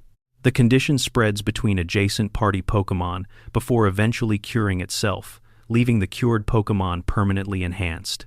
The most common player response to Pokerus is to look up what it is and whether they need to cure it. The answer is to do nothing, except let it spread to other team members before it cures. The Masuda method is the breeding mechanic that increases shiny odds when pairing Pokémon from games in different languages. Base shiny odds through single language breeding are approximately 1 in 4,096. The Masuda method reduces these to approximately 1 in 683. Junichi Masuda added this mechanic specifically to reward international play, to give players who cross language barriers through trades a meaningful bonus. He chose shininess as the reward. The connection between international exchange and visual rarity is evocative rather than logical, but the mechanic has been embraced so completely by the shiny hunting community that his name is now permanently associated with one of the most popular hunting methods in the franchise. He is still actively working on Pokémon games. The legacy of this one specific decision has outlasted everything else he created in Diamond and Pearl. The repel mechanic prevents encounters with Pokémon whose level is lower than the lead party Pokémon's level. This means repel does not prevent all wild encounters, only those below the lead Pokémon's level. A player whose lead Pokémon is level 40 using repel will still encounter level 40 and above wild Pokémon. Most players experience repel as the item that makes grass less annoying, without understanding why it sometimes fails to prevent encounters they expected it to block. Players who understand the actual mechanic can use it as a precision filter. Lead with a Pokémon matched to the specific level range of the species they want to find, use repel, and significantly increase the proportion of encounters that are the desired species. The breeding chain system allows specific moves to pass between species through intermediate compatible Pokémon, enabling players to give specific moves to Pokémon that could not learn those moves through any other method. A player who wants a specific attack on a specific Pokémon might need to breed through 3 or 4 intermediate species, each passing the move forward, before the final target species hatches with the desired move already known. The game provides no map to these chains. Exploring them requires significant knowledge of egg group compatibility or access to external calculators. The community has spent decades discovering and documenting chains. New combinations remain a topic of discussion even now, because the web of breeding compatibility is too large to be fully mapped by any individual player working alone. Section 12. The Final Mysteries. Ash's father never appeared in over 1,000 episodes of the Pokémon anime across 25 years. He is mentioned by name twice. He is never shown on screen. Professor Oak occupies the paternal role functionally, attending Ash's matches and celebrating his victories. But Ash's father is a permanent absence that the show constructed around itself and maintained without ever explaining. A non-canonical stage play suggested Giovanni as the answer. The show is not canonical. The games and anime have never endorsed that reading. The mystery persists because the show declined to resolve it, and because the dramatic structure of the suggestion that Ash's greatest antagonist was his own missing parent is compelling enough that fans have kept it alive for decades. The nature of what Pokémon are at the metaphysical level is a question the franchise has been circling since Generation 1. Ghost-type Pokémon are implied by the Pokédex to be spirits of the dead. Specific Pokémon are described explicitly as transformed humans. The folk belief that humans who die in specific ways become specific Pokémon is referenced across multiple games and multiple generations. The boundary between human and Pokémon is presented as porous in ways that the game's basic trainer and creature structure does not accommodate or address. You are not simply catching animals. You might be catching something that was once a person, or that will become a person. The Pokédex knows this. The games do not say it out loud. They leave it as a pressure in the background. Ash's Pidgeot was released in the Viridian Forest with a promise that Ash would return after the Pokémon League. He never returned. The show moved on. Decades passed. The promise was never addressed. This is one of the anime's most consistently discussed, unresolved threads. The question of whether it was an oversight or a deliberate choice, a statement about the nature of Ash's promises, or simply a storyline that fell through the gaps in a long-running show's production, has never been answered. There is a final dimension worth sitting with as we close. The internal clock in a Game Boy Color cartridge powers itself with a small battery. That battery has a lifespan. When it dies, the real-time mechanics of gold and silver stop. The day-night cycle freezes. The time-specific events end. The Pokémon that wandered only at certain hours stop wandering. The game continues to function. The story can still be completed. But something has gone quiet. Something that was alive in that system, the sense that the world kept its own time alongside you, has stopped. These games were designed to feel present, to mirror your actual days and nights, to be different when you played in the morning than when you played at midnight. As the battery runs down, that presence fades.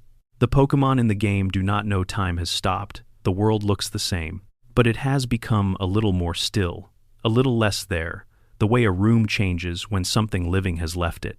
Tajiri made a game out of the pleasure of finding something unexpected. He put a clock in its sequel because he wanted the world to feel like it was living alongside you, and eventually, inevitably, the battery runs out. The time stops. The world is still there. Still beautiful. Still full of things to discover. It has just grown a little still. Some things we build are meant to outlast the power that first gave them life. The feeling Tajiri was trying to bottle, the quickening that comes from finding something alive in the grass that you did not expect, that feeling is still there in the games, even in copies with dead batteries, even in re-releases on hardware he never saw. It survived translation into dozens of languages, a seizure incident, a lawsuit over spoons, a pandemic, and 25 years of a boy who would not age. That feeling is, perhaps, what he actually made. Everything else was how he got there. Close. We started in a fanzine in the early 1980s, a teenager stapling pages together by hand in a suburb of Tokyo, writing about games he loved. We end here, more than 100 mysteries later, with the understanding that the thing he built is stranger and deeper and more carefully constructed than almost anyone has fully seen. Pokémon has lasted for 3 decades because it knows how to hold secrets. It gives you enough to feel at home in the world, and then leaves just enough unexplained that the imagination starts to fill the gaps. The truck in Vermilion City, the war that shaped Kanto, the Pokémon that used to be human, the features built and cut and left in the code like artifacts of futures that never arrived. These are not oversights, they are invitations. Come back, look closer, bring a friend, and compare notes. If these mysteries carried you somewhere quiet tonight, I am genuinely glad. Leave a like if you want to. It helps more than you know. And if you have been here the whole way without subscribing yet, consider this your gentle reminder that the channel will keep going and there is always more to find. Sleep well, and take care of your Pokémon. Like, subscribe, comment your favorite mystery below. Section 13. The sound of Pokémon music, cries, and the audio archaeology of a franchise. There is a particular texture to the audio design of the original Pokémon games that is difficult to describe to anyone who did not grow up inside it. The Game Boy's sound hardware was not capable of producing anything that sounded like real music in any conventional sense. It could produce tones, pitched bleeps, rhythmic noise patterns, and waveform wobbles that the ear, with sufficient goodwill, could interpret as melody and harmony. Junichi Masuda, working in what must have felt like an impossible constraint, built an entire sonic world from these 4 channels. And the world he built was emotionally coherent in a way that should not have been possible given the tools. The Lavender Town theme is the most discussed piece of audio in the franchise's history, and the discussion splits cleanly between what is documented and what is myth. What is documented? The theme for Lavender Town in the original Japanese red and green cartridges was different from the theme that appeared in the international blue and yellow releases. The Japanese version used a specific combination of high-frequency tones that many players found distinctly uncomfortable. The discomfort is real and neurologically explainable. Human hearing is particularly sensitive to certain frequency combinations, and the original Lavender Town composition landed in a range that a significant portion of listeners find unsettling in a way that cannot quite be named but cannot quite be ignored. Masuda revised the theme for international releases, adjusting those frequencies into a range that retained the eerie quality but reduced the physiological unease. What is not documented is the Lavender Town Syndrome myth that circulated extensively in the early internet era, claiming that the original theme caused headaches, suicidal ideation, and in extreme versions, actual deaths among young Japanese children who played the games in 1996. There is no documented evidence that any of this occurred. The myth grew from the real fact of the theme being changed, from the real discomfort the original frequencies caused, and from the internet's enthusiasm for creepypasta narratives during the early 2000s. What started as documented audio history accumulated layers of fabrication until the fabrication became the story most people knew. The actual documented history, the story of a composer who noticed his music made people uneasy and revised it, is more interesting than the myth in a quieter way. Sound design shaped the emotional reality of the games. Someone noticed and adjusted it. That is remarkable enough without adding invented deaths. The Pokémon cries in the original games were not simply sound effects assigned arbitrarily to creatures. Many of the cries in Red and Green were derived from distorted or manipulated versions of each other, a consequence of the limited storage space available for unique audio data. The cry for Rhydon, the first Pokémon coded into the game, served as a template that was pitch-shifted, sped up, slowed down, and frequency modified to produce the cries for a significant proportion of the original 151. Players who listen carefully to different Pokémon cries in Red and Blue will notice families of tonal similarity that suggest common origins. The cry database was built by transformation rather than unique composition, the audio equivalent of a palette of paint colors produced by mixing a small set of primaries. The Japanese versions of several Pokémon cries were louder, longer, and in some cases, more distorted than the versions that appeared in Western releases. Pidgey is the most frequently cited example. The cry in the Japanese Red and Green has a raw screech quality that was softened into the more modest chirp that Western players know. Game Freak's stated reasoning was concern about the harsh audio on the Game Boy's small, tinny speaker. The hardware was not designed for high-fidelity reproduction of complex or demanding sound profiles, and sounds that were uncomfortable through the Game Boy's speaker were a genuine quality-of-life concern for young players using the device in close quarters with their ears. The softer Western cries were a courtesy. They were also, inadvertently, a defining part of how those Pokémon feel to the majority of players who encountered them through Western releases.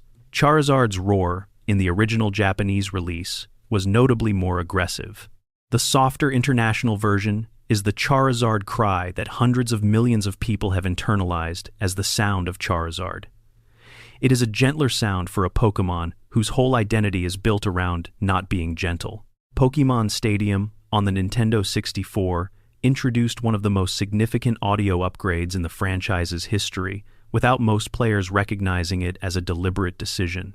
The 64-bit hardware allowed for audio quality that the Game Boy could not approach. Stadium took the existing Pokémon cries and processed them through higher fidelity audio hardware, producing versions that sounded substantially richer and more defined than anything available on the handheld. But Stadium also preserved the recognizable tonal character of the original cries. Players who heard their Pokémon Stadium cry for the first time were not hearing something foreign. They were hearing something familiar made suddenly, surprisingly real. The cry was the same. The sound was just bigger, cleaner, more present, the same melody played on a better instrument. The background music of Pokémon Gold and Silver introduced something the original games had not attempted, a systematic emotional landscape tied to the time of day.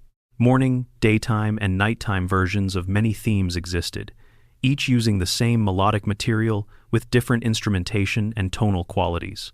The morning versions of town themes were characterized by a brightness that is difficult to describe technically, but immediately recognizable experientially.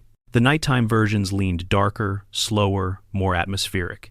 The same Route 30 that felt cheerful and open at 10 in the morning felt wistful and slightly mysterious at 11 at night.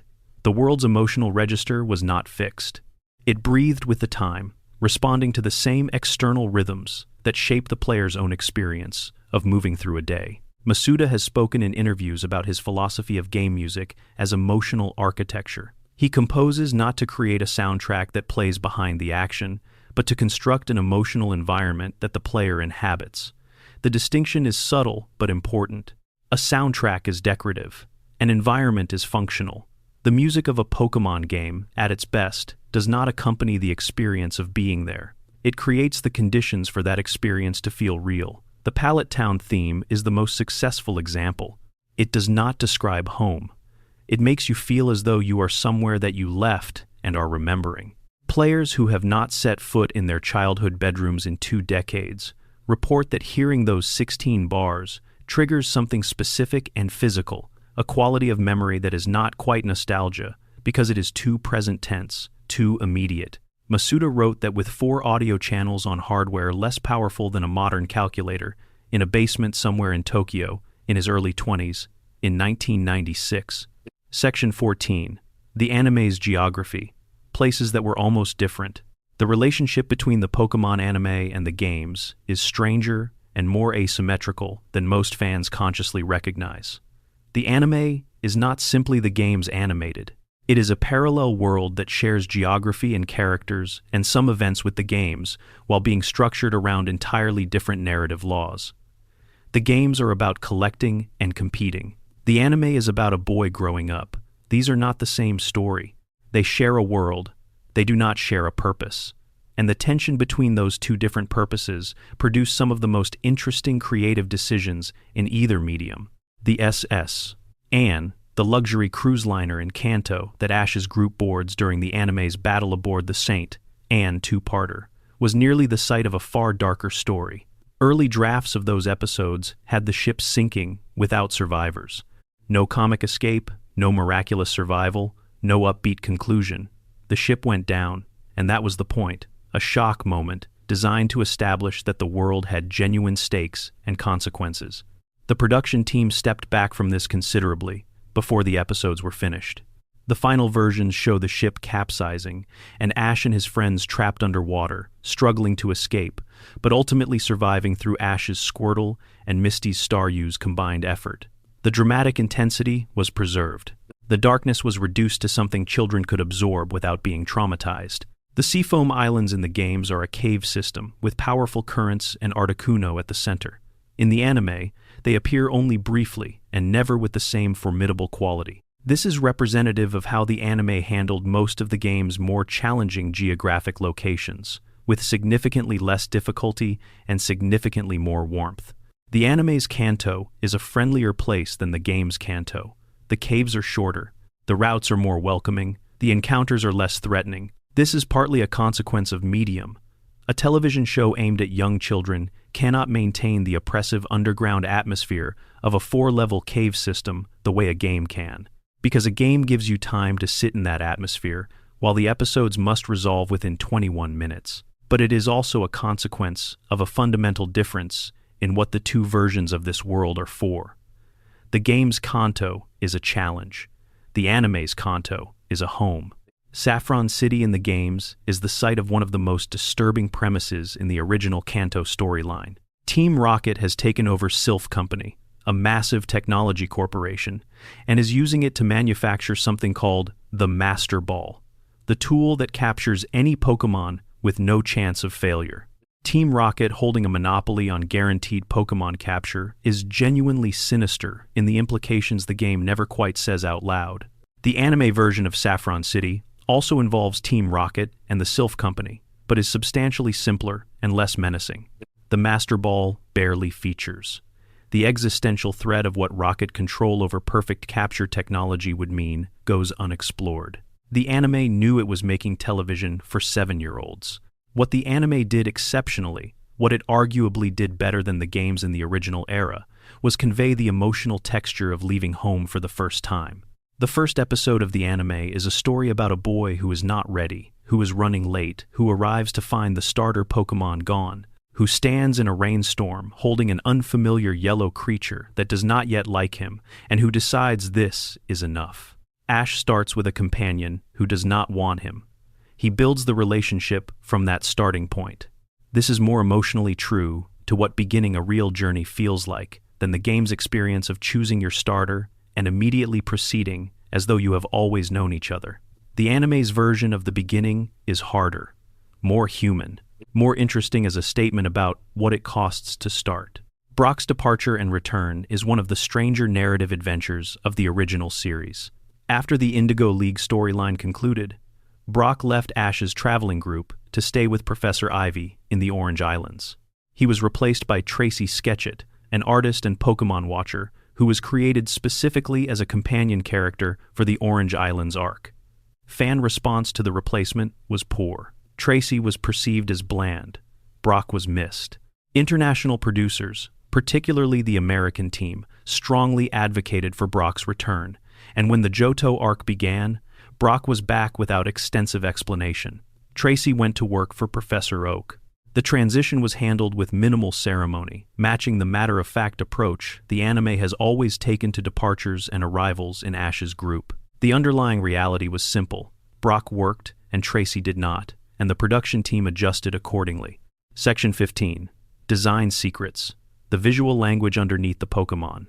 Ken Sugimori's initial drawings for the Pokémon franchise shared visual characteristics that linked them to each other in ways that have never been fully described in official material. Looking at the original 151 as a set, certain design grammar appears consistently across types and evolutionary families. Ground and rock types tend toward geometric solidity, shapes that suggest mass and weight and permanence. Psychic types tend toward bilateral symmetry and smooth surfaces, suggesting mental order and control. Ghost types break the grammar. They are deliberately asymmetrical, incomplete, formed from negative space as much as positive, shapes that suggest something missing or wrong without being able to specify exactly what. The visual language was never formally codified. It was an instinctive consistency that emerged from having one primary designer building the entire initial roster under time pressure, with the design philosophy communicated through taste and reaction rather than explicit rules. The Shiny Pokémon system, now a beloved and central mechanic of the franchise, was born from a technical experiment rather than a design intention.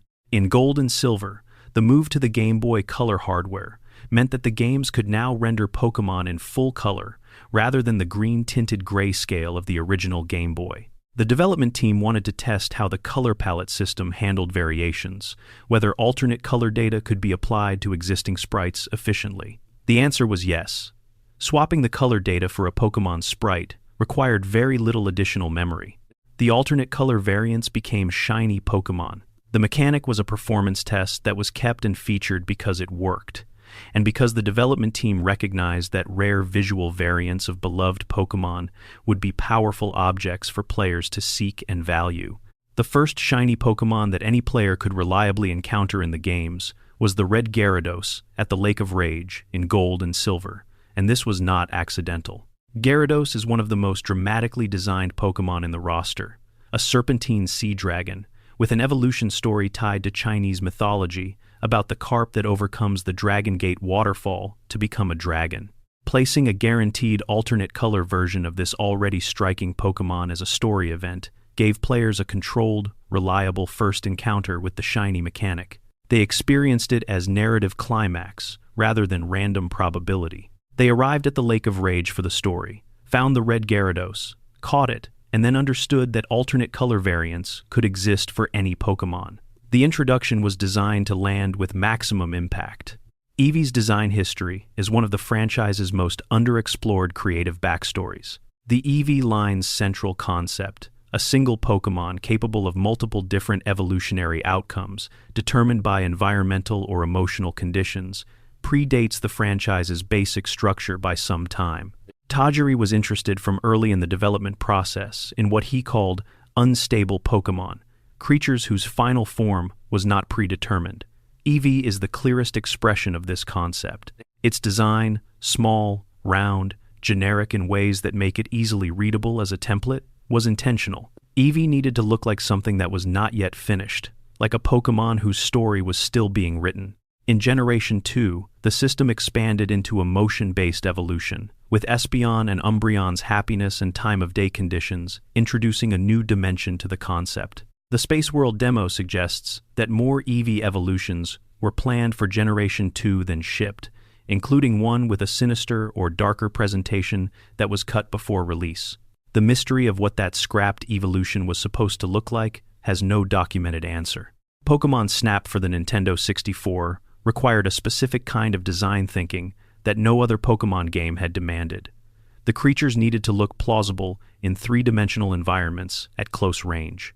Until Snap, Pokémon had existed in two-dimensional sprites that suggested, rather than fully depicted, their physical presence. Snap put them in environments where the player could approach closely, photograph from different angles, observe them interacting with their habitat. The HAL laboratory team working on Snap had to make decisions about Pokémon anatomy and behavioral ecology that the games had never required specifying. How does a Squirtle actually move through water? How does a Graveler navigate rocky terrain? What does Lapras look like in profile at close range, rather than in stylized three-quarter portrait view? The game's Pokémon designs had to become physically coherent in ways they had previously been allowed to gesture toward without resolving. This is part of why Snap retains a particular quality of reality that the mainline games of that era do not have. The creatures in it feel like they exist in three-dimensional space, because a team had to decide what it would mean for them to exist in three-dimensional space and then commit to that decision. The design of the legendary birds in the original games carries a visual parallel structure that becomes clearer when you see the three together. Articuno, Zapdos, and Moltres are each built around a central thematic contrast: cold and calm for Articuno, electricity and aggression for Zapdos, fire and power for Moltres. Their type combinations, ice flying, electric flying, and fire flying, each pair their elemental identity with flight, emphasizing that these are not simply elemental creatures, but elemental forces that exist at height, that look down rather than up. Their color schemes, ice blue, electric yellow, flame orange, and red, are the clearest possible visual representations of their elements. They are designed to read immediately and correctly at any scale, from sprite to poster. The clarity of their design is itself a design choice. These are not subtle or mysterious creatures. They are obvious. Legendaries, in the original game, were supposed to feel like forces of nature rather than secrets. Mew, who is the secret, looks like nothing in particular. Small, pink, undefined, open to interpretation. The contrast is deliberate. Section 16. The competitive underground. How players built a world within the world. The competitive Pokémon community built an entirely parallel game from the same mechanics that casual players navigated without fully understanding. The existence of IVs, EVs, natures, breeding chains, hold items as strategic tools, type synergy, speed tiers, entry hazards, and damage calculation formulas created a game of extraordinary depth that the developers had, in most cases, not explicitly designed for competitive purposes, but that players discovered and systematized independently. The Smogon community, founded in 2004 as a forum for competitive Pokémon discussion, eventually produced the most comprehensive and widely referenced competitive Pokémon knowledge base in existence, developing tier lists, move analyses, team-building guides, and damage calculators that became essential resources, not just for competitive players, but for anyone trying to understand how the game's mechanics actually worked at their deepest level. The Smogon tier system divides Pokémon into competitive usage tiers based on how powerful and prevalent they are in play. Ubers for the most dominant, OU, or overused, for the standard highest tier, UU for underused, RU for rarely used, NU for never used, and PU for a tier below that. Each tier has its own metagame, its own dominant strategies, encounters, and core archetypes. A Pokémon that is completely outclassed in OU competition might be a dominant and interesting force in NU, where the power ceiling is lower and different strategies become viable. The tier system is remarkable for creating not one competitive game, but several simultaneous competitive games, with entirely different metagames, each played on the same mechanics, but with different populations of available options. Nintendo's own official competitive format, the Video Game Championships, or VGC, runs a separate set of rules from Smogon that produces a different metagame. VGC uses a doubles format, in which two Pokémon from each side are active simultaneously, compared to Smogon's standard singles. The doubles format dramatically changes what is strategically viable. Pokémon and moves that are marginal in singles become essential in doubles, and vice versa. Spread moves that hit all opponents, moves that redirect attacks, abilities that affect the entire field, the speed and power of Trick Room as a tempo reversal tool. All of these have a significance in doubles that singles cannot replicate. Some of the most beloved competitive Pokémon of the VGC format are Pokémon that casual players either ignored or considered weak, creatures whose specific abilities and move pools happen to interact with the doubles format in ways that made them valuable. The random battle format, popularized through Pokémon Showdown, the browser-based Pokémon simulator, represents a third metagame philosophy. Everyone receives randomly assigned teams, eliminating the preparation asymmetry between players who have researched optimal strategies and players who have not. In random battle, every player starts equal in terms of preparation. Victory depends on reading the opponent's team as it is revealed, making correct type and role predictions, and adapting in real time. The format rewards knowledge and flexibility rather than preparation and optimization. It is, in many ways, the closest competitive Pokémon comes to the spontaneous tactical experience that the original games offered, players encountering wild Pokémon with unknown movesets.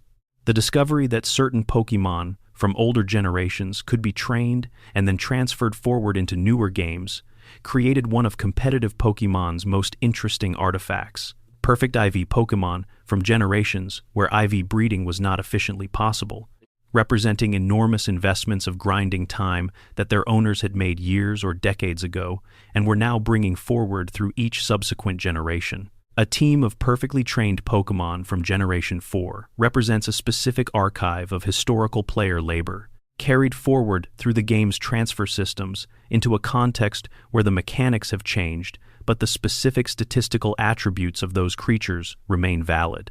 Some competitive players have been using the same core team members, transferred forward through each new generation, for 15 years.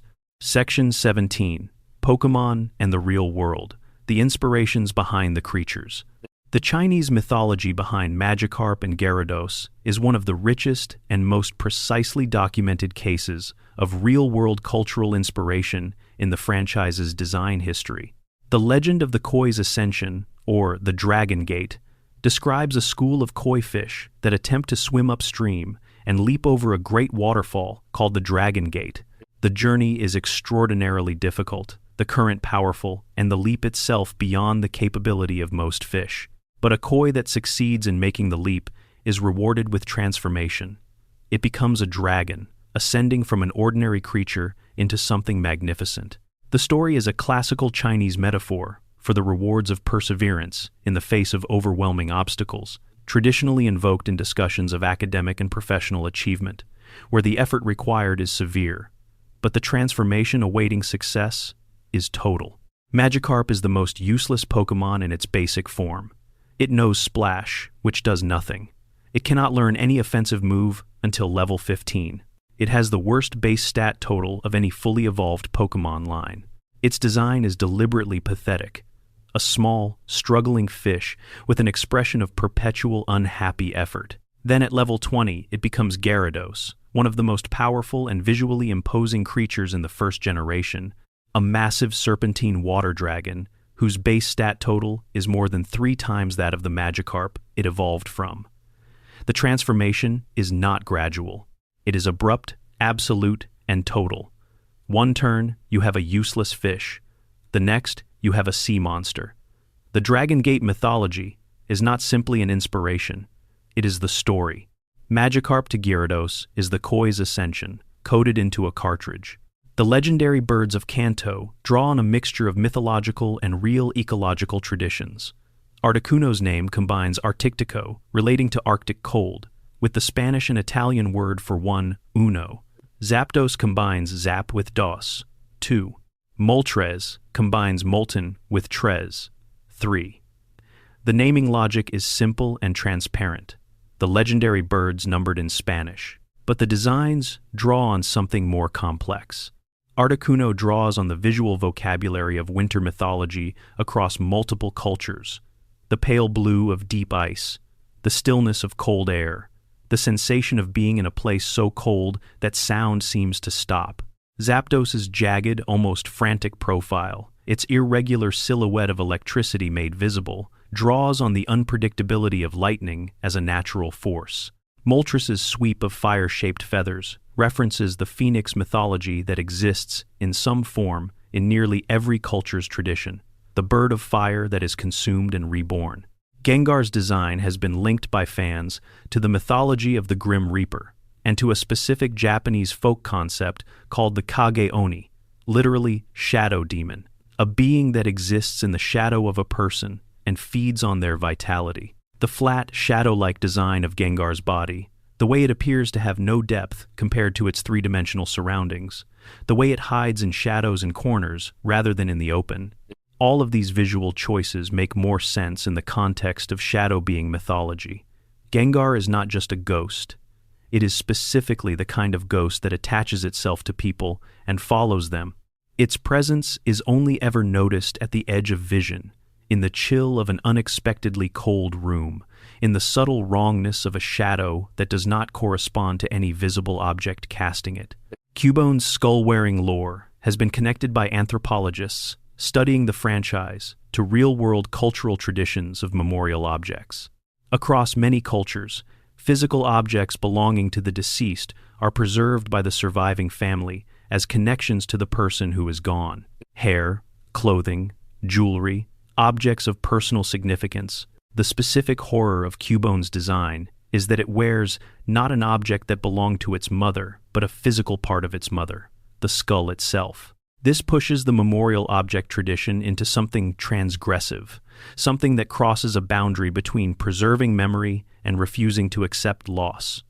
Cubone's grief is not healthy. It does not allow for moving forward. It keeps the wound open.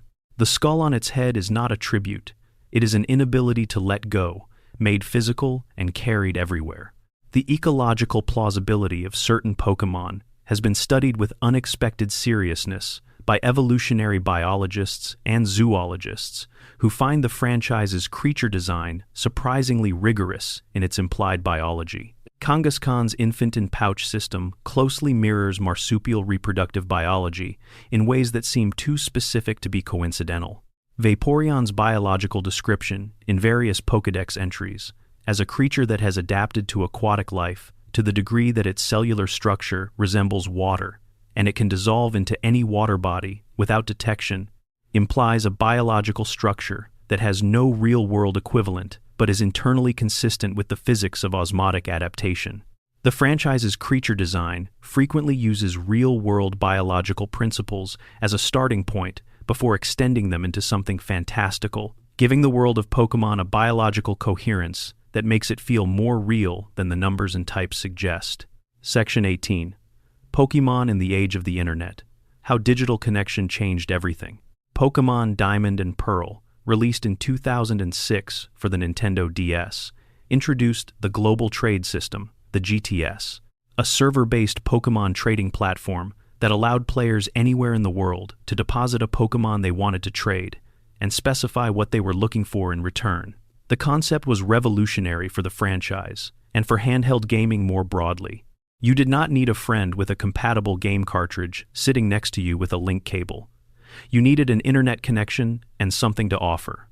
The GTS immediately became a mechanism for the kind of global community that Tajiri had been gesturing toward since the original link cable concept. You could receive Pokémon from Japan, Europe, South America, Australia, all sitting alone in your bedroom with a DS and a wireless router. The GTS also immediately became a demonstration of human optimism colliding with human greed. Players requesting impossible trades, Mew for a Bidoof, the freshest starter for the rarest event legendary, flooded the system from its earliest days. The GTS developed a reputation as a place where rational trade values had broken down, where the stated asking prices bore no relationship to any reasonable exchange economy. But underneath the absurdist trade requests, legitimate exchanges were happening constantly. Players who needed version exclusives, players building specific breeding projects, players looking for starters from other regions. The GTS served all of them silently and reliably, processing millions of trades across geographic distances that would have been impossible to bridge in the franchise's first decade. Pokémon Go's 2016 launch is the defining case study in what happens when a franchise built on individual portable play becomes a socially visible urban phenomenon. Augmented reality technology placed Pokémon in the physical world through smartphone cameras, making the act of Pokémon catching visible to passers-by in a way that no previous game in the franchise had been. People who had never played a Pokémon game in their lives watched strangers in parks staring at their phones and occasionally making throwing gestures at the air, and the strangeness of the behavior became itself a cultural conversation. The game's early weeks produced images and stories that would have been impossible in the pre-smartphone era. Crowds gathering spontaneously in public spaces when rare Pokémon spawned, people walking routes they had never walked before, simply because the game suggested creatures along them, social interactions between strangers, mediated entirely by the shared experience of chasing the same virtual creature through the same physical space. Niantic's decision to scrape OpenStreetMap data for Pokestop and gym locations created an unintended geographic justice problem that took years to address. Pokestops clustered where OpenStreetMap data was densest, which was where people with the time and technology to contribute to OpenStreetMap had been most active.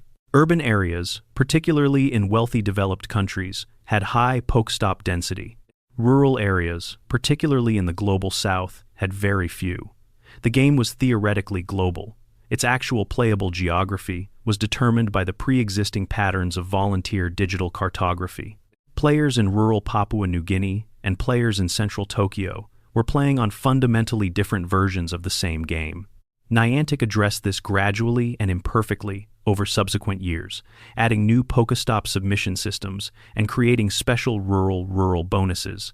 But the fundamental challenge of designing a location-based game on real-world geography, which is itself unevenly mapped and documented, has no clean solution.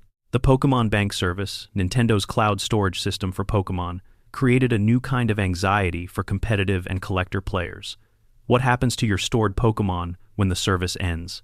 The 3DS eShop closure in March 2023, which cut off the ability to purchase new time on Pokémon Bank, raised immediate questions about the long-term fate of every Pokémon stored in the service. Pokémon Trainer Club accounts, bank access periods, the relationship between a specific piece of server infrastructure and the value of decades of gameplay achievement. The shutdown forced a conversation about the difference between buying a game and being given ongoing access to a service.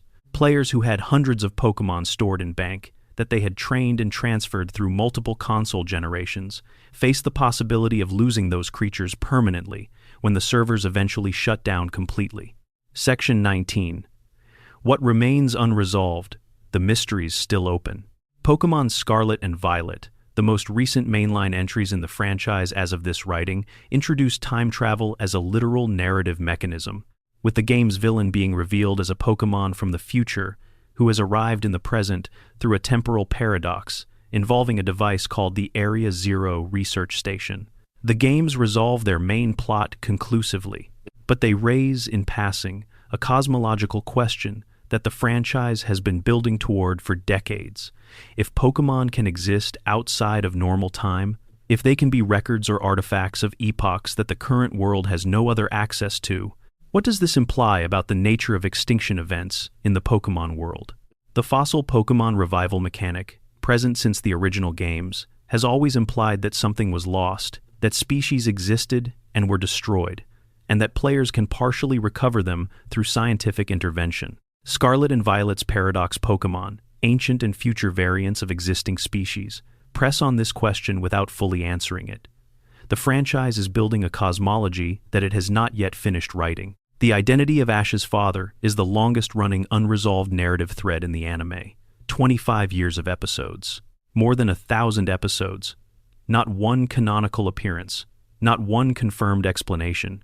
The production team has at various times acknowledged the question in interviews without answering it, describing the absence as intentional and suggesting that Ash's story is specifically about growing up without that presence rather than about finding it.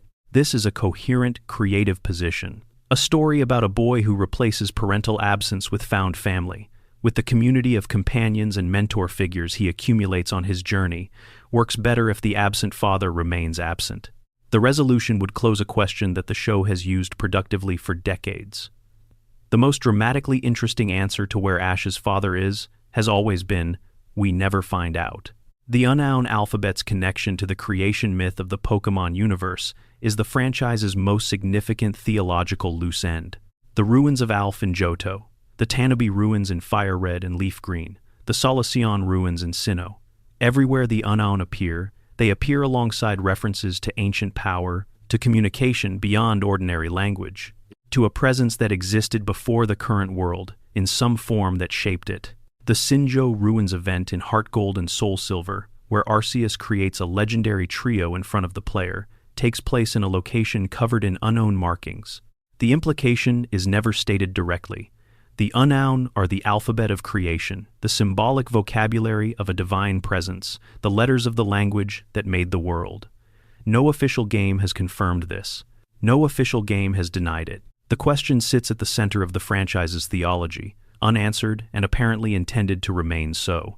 The status of Pokémon Go's trading feature as part of the game from its very first days of code is one of the most revealing pieces of information that data miners have uncovered about the game's original ambition versus its launched reality. The first versions of Pokémon Go, available through APK analysis before the game launched, contained partial but recognizable trading menu interfaces, server-side references to trade functionality, and player-to-player exchange logic that was clearly designed and built and then specifically excluded from the launch build.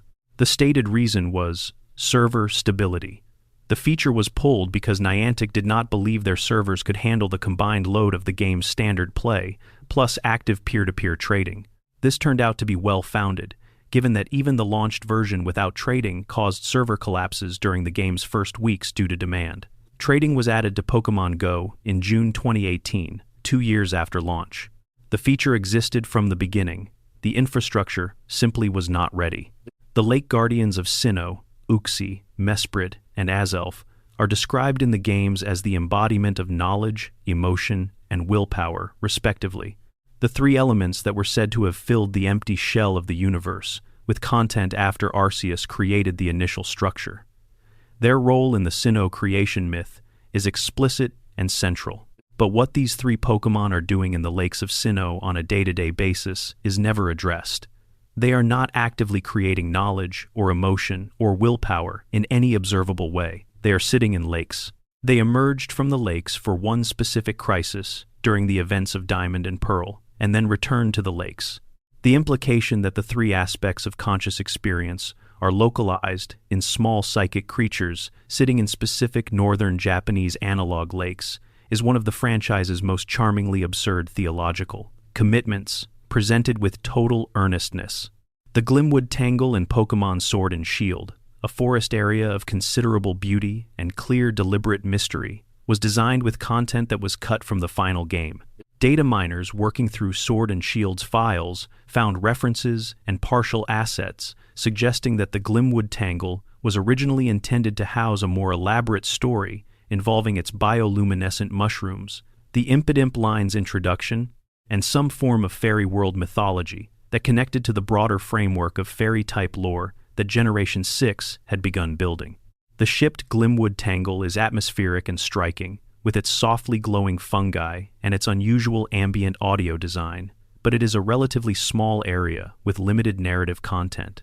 The feeling that it was meant to be more, that it was the entrance to something larger that was cut before it could be built, is supported by the data mining evidence. The forest exists as a beautiful fragment of a larger idea. Section 20. A final meditation. The secret inside the secret. What Pokémon has always known, what Tajiri understood from his years with a net and a jar in the fields of Machida, is that the most powerful experience a game can create is not the experience of mastering something, but the experience of finding something unexpected. The child who flips over a rock and discovers an insect they have never seen before is experiencing something that no amount of academic preparation can replicate and no amount of expertise can become immune to. The genuine novelty of encountering the previously unknown is its own category of pleasure, distinct from accomplishment and separate from competition and richer than either. Pokémon structures itself around the repeated delivery of this experience. Every new route promises encounters you have not had before. Every new game in the series introduces creatures that are entirely new to the world. Every glitch is a window into the structure beneath the surface of a world you thought you fully understood. Every beta design, every cut feature, every abandoned mechanic is evidence that the world you know was built from a larger world of possibility that did not fully survive the manufacturing deadline. The Pokémon that exist are defined by the ones that almost existed. The features you use are defined by the ones that were removed. The story you know is defined by the ones that were rewritten. This is also, perhaps, the deepest truth the franchise has ever expressed about what childhood collects are really for. It is not the completion, it is the act of going. It is the morning when you wake up, and there is a region you have never visited, and creatures you have never seen, and a road you have not walked yet. It is the specific quality of anticipation before discovery, the potential in the grass before you step into it. Tajiri put that feeling in a cartridge and sold 31 million copies of it in Japan and America combined in the first 2 years. He was 11 years old, catching insects in fields that no longer exist, when he first learned what that feeling was. The fields are gone. The feeling is in 100 games across 6 different generations of hardware, in movies and trading cards and plush toys, and a television show that ran for 25 years, in the memories of people now in their 40s who once crouched over a small green-gray screen in a darkened bedroom after their parents told them to sleep, training one more Pokémon, just one more, before finally closing their eyes. The battery in the cartridge will eventually die. The real-time clock will stop. The berries will stop growing. The day will freeze at whatever hour it was when the power finally gave out. The rest of it will keep going. It already has, for 30 years. It will keep going for 30 more. Close like, subscribe, and see you next time. And that is our journey tonight. 100 mysteries. 100 questions the franchise has been carrying. Some answered and some not. Some forgotten and some deliberately preserved. All of them evidence that Pokémon is a world built with more care and more strangeness and more love than its surface suggests. If you made it all the way here, leave a like. It genuinely helps the channel find its way to people who would want to be here, and there is nothing about this channel that I would rather have more people find. If you are not subscribed yet, the button is right there, and there will be more nights like this one coming, just as slow and just as deep and just as willing to sit in the dark with the things that are worth taking time over. Thank you for being here. Thank you for watching, from wherever in the world you are watching from. This is the kind of content that only works if someone is there to receive it, and I am glad it was you. Sleep well. Your Pokémon are waiting. Section 21. The lost episodes banned, withdrawn, and quietly forgotten. The international broadcast history of the Pokémon anime is a document of cultural difference made visible through absence. Episodes that aired in Japan without particular controversy were removed from the international rotation for reasons that reveal as much about the societies receiving them as about the content itself. The patterns are consistent enough that they form a kind of negative portrait. What was cut tells us what the international audiences of the late 1990s and early 2000s were considered too young or too fragile to see. The Holiday Hijinks episode was pulled from American reruns in 2000 after activist Carol Boston Weatherford published an essay arguing that Jinx's design evoked the racist iconography of blackface performance. The episode featured Santa Claus and Jinx working together in a holiday special, and Jinx's black-skinned, blonde-haired, full-lipped design was the source of the concern.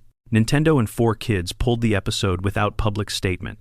Jinx's design was subsequently changed in new material to replace the black skin with purple, and older episodes were occasionally re-edited for later broadcast and DVD releases to reflect the updated design. The change was never formally announced or explained. Episodes quietly began appearing in different form from the versions that had originally aired. Some home video releases still contain the original design. The version of the episode that exists depends on which format and which regional release a viewer happened to encounter. The Ice Cave episode, scheduled to air in America between the 5th and 6th season, was pulled after Brock says something to a character named Temaku that was interpreted as a sexual proposition, and that the dubbing team decided was inappropriate for the time slot. The episode featured Ice Cave puzzles and a new Pokémon not yet released in Western markets. Its withdrawal created a continuity gap in the Western broadcast order that was resolved by airing the next episode without explanation. The missing episode has never been officially dubbed into English. It remains one of the stranger examples of localization decision-making, given that the original dialogue would have been entirely different, and the specific problem was created during the dubbing process, rather than existing in the source material. Beauty and the Beach, an early first-season episode featuring a beach setting and swimsuit contest, was initially withheld from international broadcast because of a scene in which James wears an inflatable swimsuit that gives him an exaggerated feminine figure and engages in a joke about breast size. The scene was considered inappropriate. The episode was eventually aired in a heavily edited form in 2000, during a period when 4Kids was clearing a backlog of previously skipped content. The edited version removed the specific scene. What remained was a fairly standard beach episode structure, with a Pokémon contest and the usual Team Rocket interference. The specific scene that caused the withdrawal is now viewable in the unedited Japanese version and is in the context of 1990s anime comedy conventions, fairly mild. Cultural context determines what reads as transgressive and what does not. The Kangaskhan Kid episode was banned in some markets because its premise involves a child who has been raised by wild Kangaskhan in the jungle. The concern was that the feral child narrative was too disturbing for young viewers, particularly in countries that had experienced real-world cases involving child abandonment. The episode itself is not particularly dark by adult standards, but it engages with a specific kind of childhood fear, the fear of parental loss and abandonment, and the question of whether a human child who grows up among animals can ever fully return to human society, that some broadcasting systems decided required more care than a children's anime time slot could provide. The episode aired in Japan and in some international markets without incident. It has never been dubbed into English. The Tower of Terror episode in the original series features Ash and Pikachu being briefly killed and becoming ghosts who float around the haunted Pokémon Tower in Lavender Town before being restored to their bodies. The death of the protagonist was handled with considerable matter-of-factness in the Japanese original. Ash and Pikachu die. They exist as ghosts for a few minutes. They are returned to life. The episode continues. American broadcast of the episode was delayed briefly after the September 11th attacks in 2001, as a content review policy led to the temporary withdrawal of any episodes with themes of death or disaster. When it aired, it did so without significant modification, making it one of the few cases where a Pokémon episode directly depicting the death of its protagonist aired in America with relatively minimal controversy. Section 22. What Game Freak has never confirmed and never denied. The curatorial mystery of Game Freak's official communication strategy around fan theories is one of the more sophisticated aspects of the franchise's long-term management. There is a class of questions that the company has been asked repeatedly across 3 decades, in interviews with Tajiri and Sugimori and Masuda and various game directors, that they consistently decline to answer, not deny, not confirm, decline to engage with directly. The questions fall into recognizable categories: origin mysteries, death-related lore, and the nature of the human Pokémon boundary. Tajiri has never commented directly on whether Ditto is a failed Mew clone. He has been asked variations of the question in at least 4 documented interviews across different publications and different decades. His response in each case has been a version of the same non-engagement, either a redirect toward talking about something else in the game's design or a comment about how player imagination should be free to explore these questions, or a simple acknowledgement that the question is interesting without providing any response to its content. This is not accidental. A man who built a franchise over 6 years from a childhood hobby does not accidentally decline to engage with the same question 4 times across 20 years. The non-answer is the answer. The mystery is being maintained. Masuda's refusal to address the Ash's father question in interviews follows the same pattern. When the question is raised, he discusses the intention of Pokémon as a story about a child's journey, about friendship and growth, and the relationships formed along the road. He does not describe Ash's father. He does not say where the father is or why he is absent. He describes the thematic content of the journey the father's absence enables, rather than the narrative content of who the father is. This is a sophisticated rhetorical move. It answers the question of why the mystery exists without answering the question of what the mystery contains. The why is available. The what is not. Game Freak's approach to the broader theological structure of the Pokémon universe follows similar principles. Cynthia in Diamond and Pearl mentions the creation myth of Sinnoh, Arceus creating the universe from an egg in the void. The games provide enough detail to construct a rough creation cosmology. They never provide enough detail to fully resolve it. Every answered question opens another. Arceus created the universe. What created Arceus? The egg came first. What was before the egg? The distortion world exists outside normal space. What is the distortion world's relationship to the normal world? The games reward curiosity without fully satisfying it. The reward for asking more questions is always more questions. The franchise has been doing this for 30 years, and the questions have not run out. This is, perhaps, the most sophisticated thing about Pokémon as a creative work. It is a world designed to be larger than any single telling of it. The games tell one set of stories. The anime tells different stories in the same world. The manga tells yet others. The card art suggests mysteries that none of the other media address. The merchandise implies a canon of daily life in the Pokémon world that none of the official storylines describe. None of these versions fully contradicts any other. They are parallel accounts of a world too large for any single account to exhaust. What unites them is not their specific content, but the texture of the world they all gesture toward. A world where the grass is full of living things you have not yet found, where history has layers that surface gradually, where the line between the natural and the miraculous is a question of scale rather than kind. Tajiri built that world from a childhood in fields that are now apartment blocks. The fields are gone. The world he built from them is still growing. Somewhere in the grass, something is waiting. It has been waiting for 30 years. It is still waiting now. Section 23.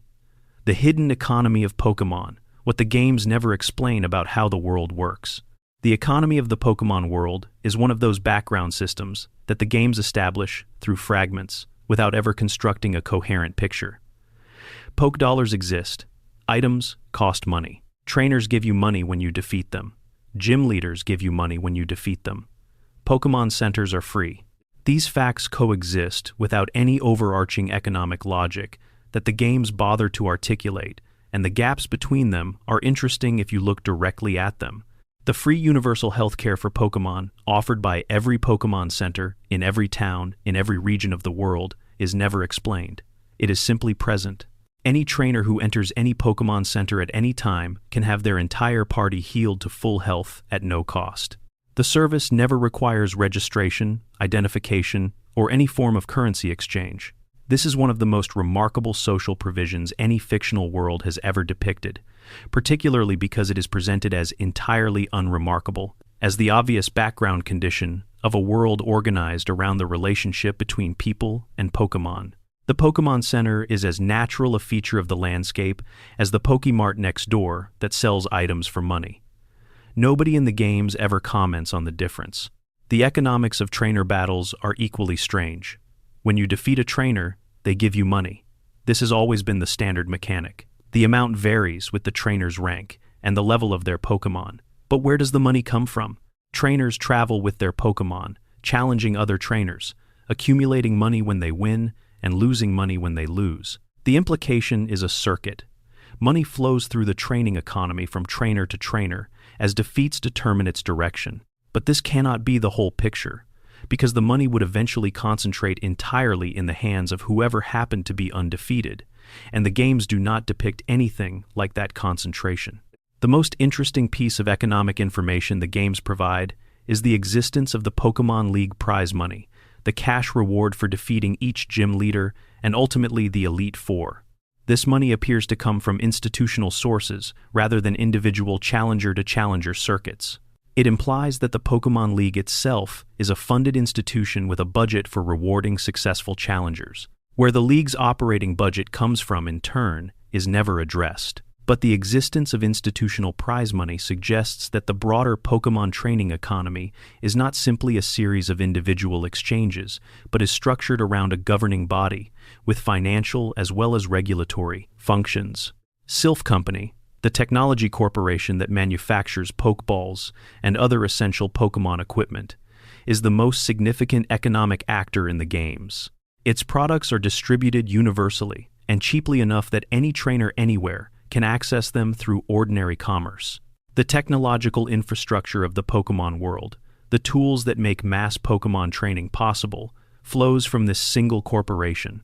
Team Rocket's attempt to seize control of Silph Company in the original Kanto storyline is, in this reading, not simply a crime story. It is an attempted monopoly on the means of production of the fundamental technology of the entire civilization. If Team Rocket controlled Silph Company, they would control who could afford to catch Pokémon and under what conditions.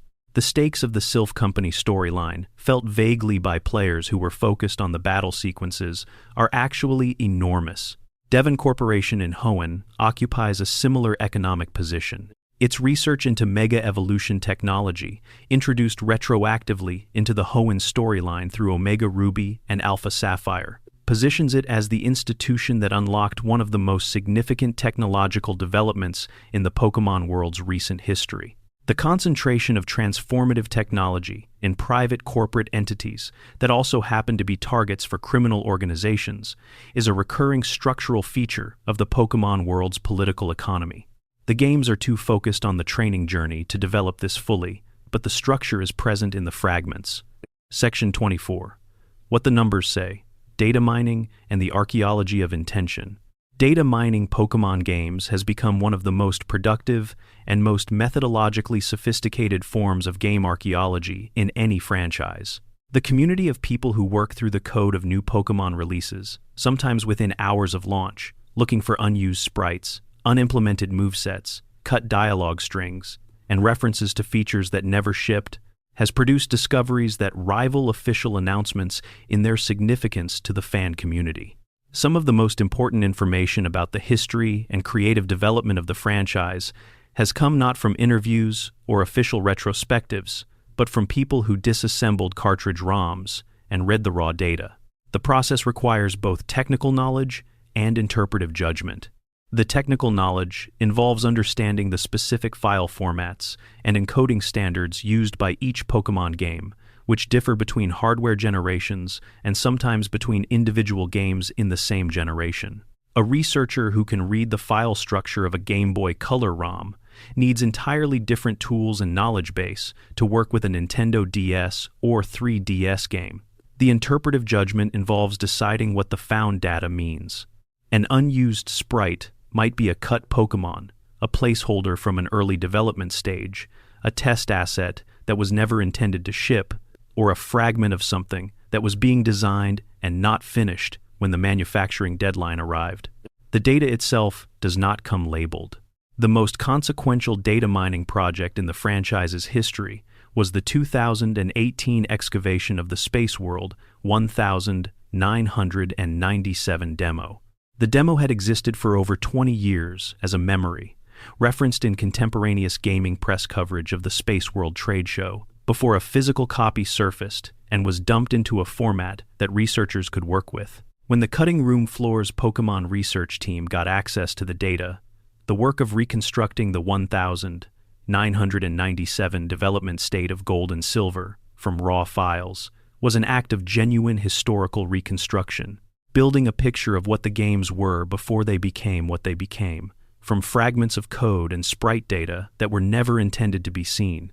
What the research revealed extended beyond the scrapped Pokémon designs and cut evolutionary families that made headlines in the Pokémon fan community. The team found evidence of entire systems that were in development and were removed before release, including a more complex day-night mechanic than what shipped, additional weather effects that never appeared in the finished game, and dialogue strings that suggested a significantly more involved relationship between the player character and several major NPCs than the final game depicted. The 1997 demo was not a rough draft. It was a substantially developed game that diverged from what eventually shipped in ways that imply significant design decisions made during the year between the demo and release. The ongoing project of documenting unused content across the entire franchise's history, from the original Red and Green through the most recent releases, represents a form of creative historiography that has no real precedent in other media. Movies have behind-the-scenes documentaries and director's cuts, Books have manuscripts and editorial correspondence. But the specific texture of what was planned and not realized in a software product is usually permanently inaccessible because the non-shipped code is simply deleted, overwritten, or lost. Pokémon's development team, across 30 years and dozens of games, has consistently left substantial traces of what was planned and cut. Whether this is deliberate preservation, oversight, or simply a consequence of how software development actually works under deadline pressure is impossible to say from outside. The result, from the community's perspective, is an extraordinary archive of creative intention, a record of what Pokémon almost was, across every game in the franchise's history. Section 25. Things that happened once and were never repeated. Pokémon has a category of events and decisions that occurred exactly once in the franchise's history and were never replicated, never formally acknowledged, and in some cases barely noticed when they happened. These one-time occurrences are interesting precisely because of their singularity. They reveal moments when the franchise tried something, found it did not fit the established formula, and quietly moved on without establishing a precedent. The original Japanese release of Pokémon Red and Green, in February 1996, was accompanied by a mail-in survey card included with each game. Players who completed the survey and sent it back to Game Freak received a handwritten response from members of the development team. Not a form letter, not a printed response, handwritten individual replies. The team was small enough in early 1996, and the initial sales modest enough that this was actually feasible. As the game's sales grew through word of mouth, and the franchise expanded into a cultural phenomenon, this practice became impossible to sustain. But for a window of a few months in early 1996, it was possible to send a postcard to Game Freak and receive a reply written by hand by someone who had actually made the game you were playing. No such direct communication between the development team and individual players has ever been offered again. The collaboration between Game Freak and HAL Laboratory on Pokémon Stadium represents the only time in the franchise's mainline history when a significant game in the primary series was developed by a studio other than Game Freak. HAL Laboratory, who also developed the Kirby series and various Smash Bros. Games, brought a different design sensibility to Stadium, more focused on spectacle and celebration, more interested in making the existing Pokémon feel impressive in 3 dimensions than in exploring new mechanical territory. The result is a game that feels distinctly different from mainline entries, focused on showing what you already knew rather than teaching you anything new. HAL's involvement was not continued. Subsequent Stadium-style games returned to Game Freak or were developed by affiliated studios under closer supervision. The Stadium-era collaboration remains the only significant external development of core series content. The distribution of Mew at Toys R Us events in North America in 1999 was both the franchise's most successful promotional event and, in retrospect, the template for every subsequent event distribution system. Players brought their Game Boy Color handsets and their Pokémon games to a specific physical location, connected to a distribution machine, received a special Pokémon, and went home.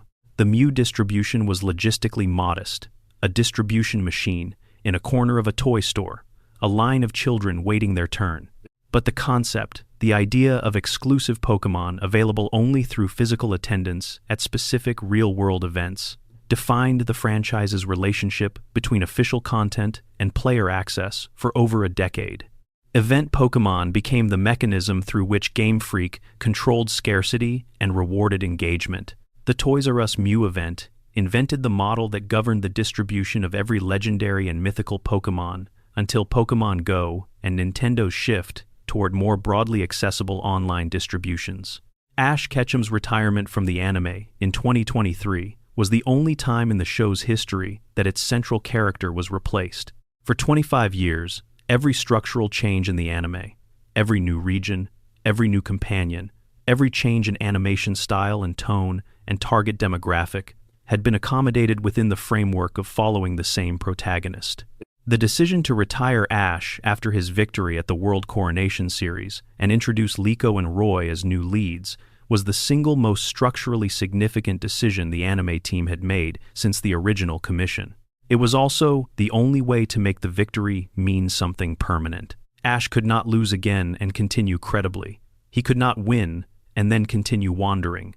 The only narratively honest conclusion to Ash's story, once he finally became world champion, was for his story to end.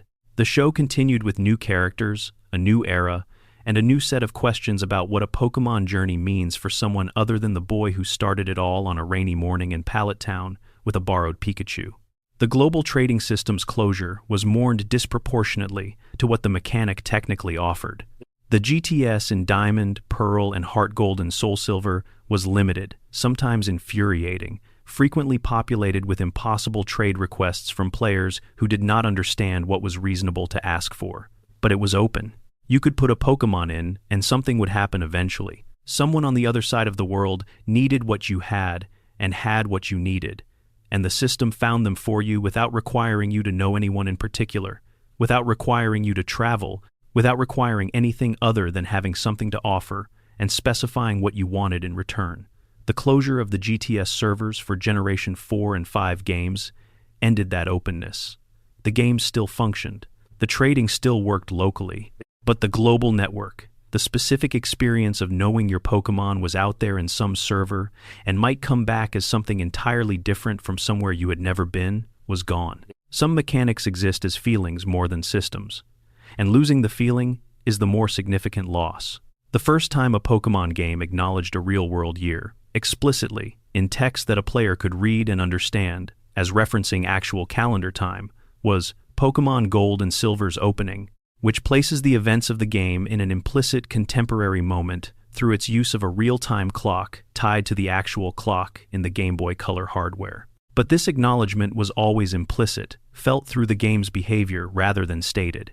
The explicit intersection of Pokémon and real-world time did not become a recognized cultural event until Pokémon Go placed Pokémon in real geographical space and began running in-game events timed to real-world holidays, seasons, and international occasions.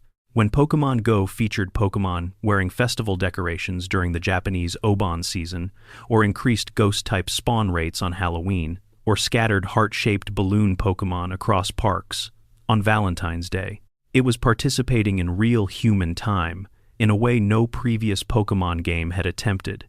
The franchise that Tajiri built from his memory of catching bugs in seasonal fields had finally become seasonal itself. Final words, the 30-year secret.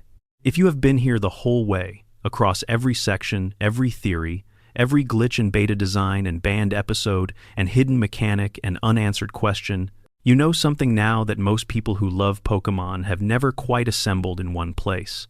The franchise is stranger than it looks. The history is more precarious and more deliberate and more human than the mythology surrounding it suggests. The games are richer below the surface than above it. The mysteries are not accidental gaps in a simple world. They are intentional spaces, designed to hold the imagination of anyone patient enough to look for them. Tajiri made this because he loved finding things, because the greatest feeling he knew was crouching in a field with a jar and seeing something unexpected move in the grass. He built a machine for delivering that feeling, again and again, in every copy of every game, and in every episode, and in every card pulled from a pack, and the machine has been running for 30 years without stopping. The grass is still full of things you have not found yet. It always will be.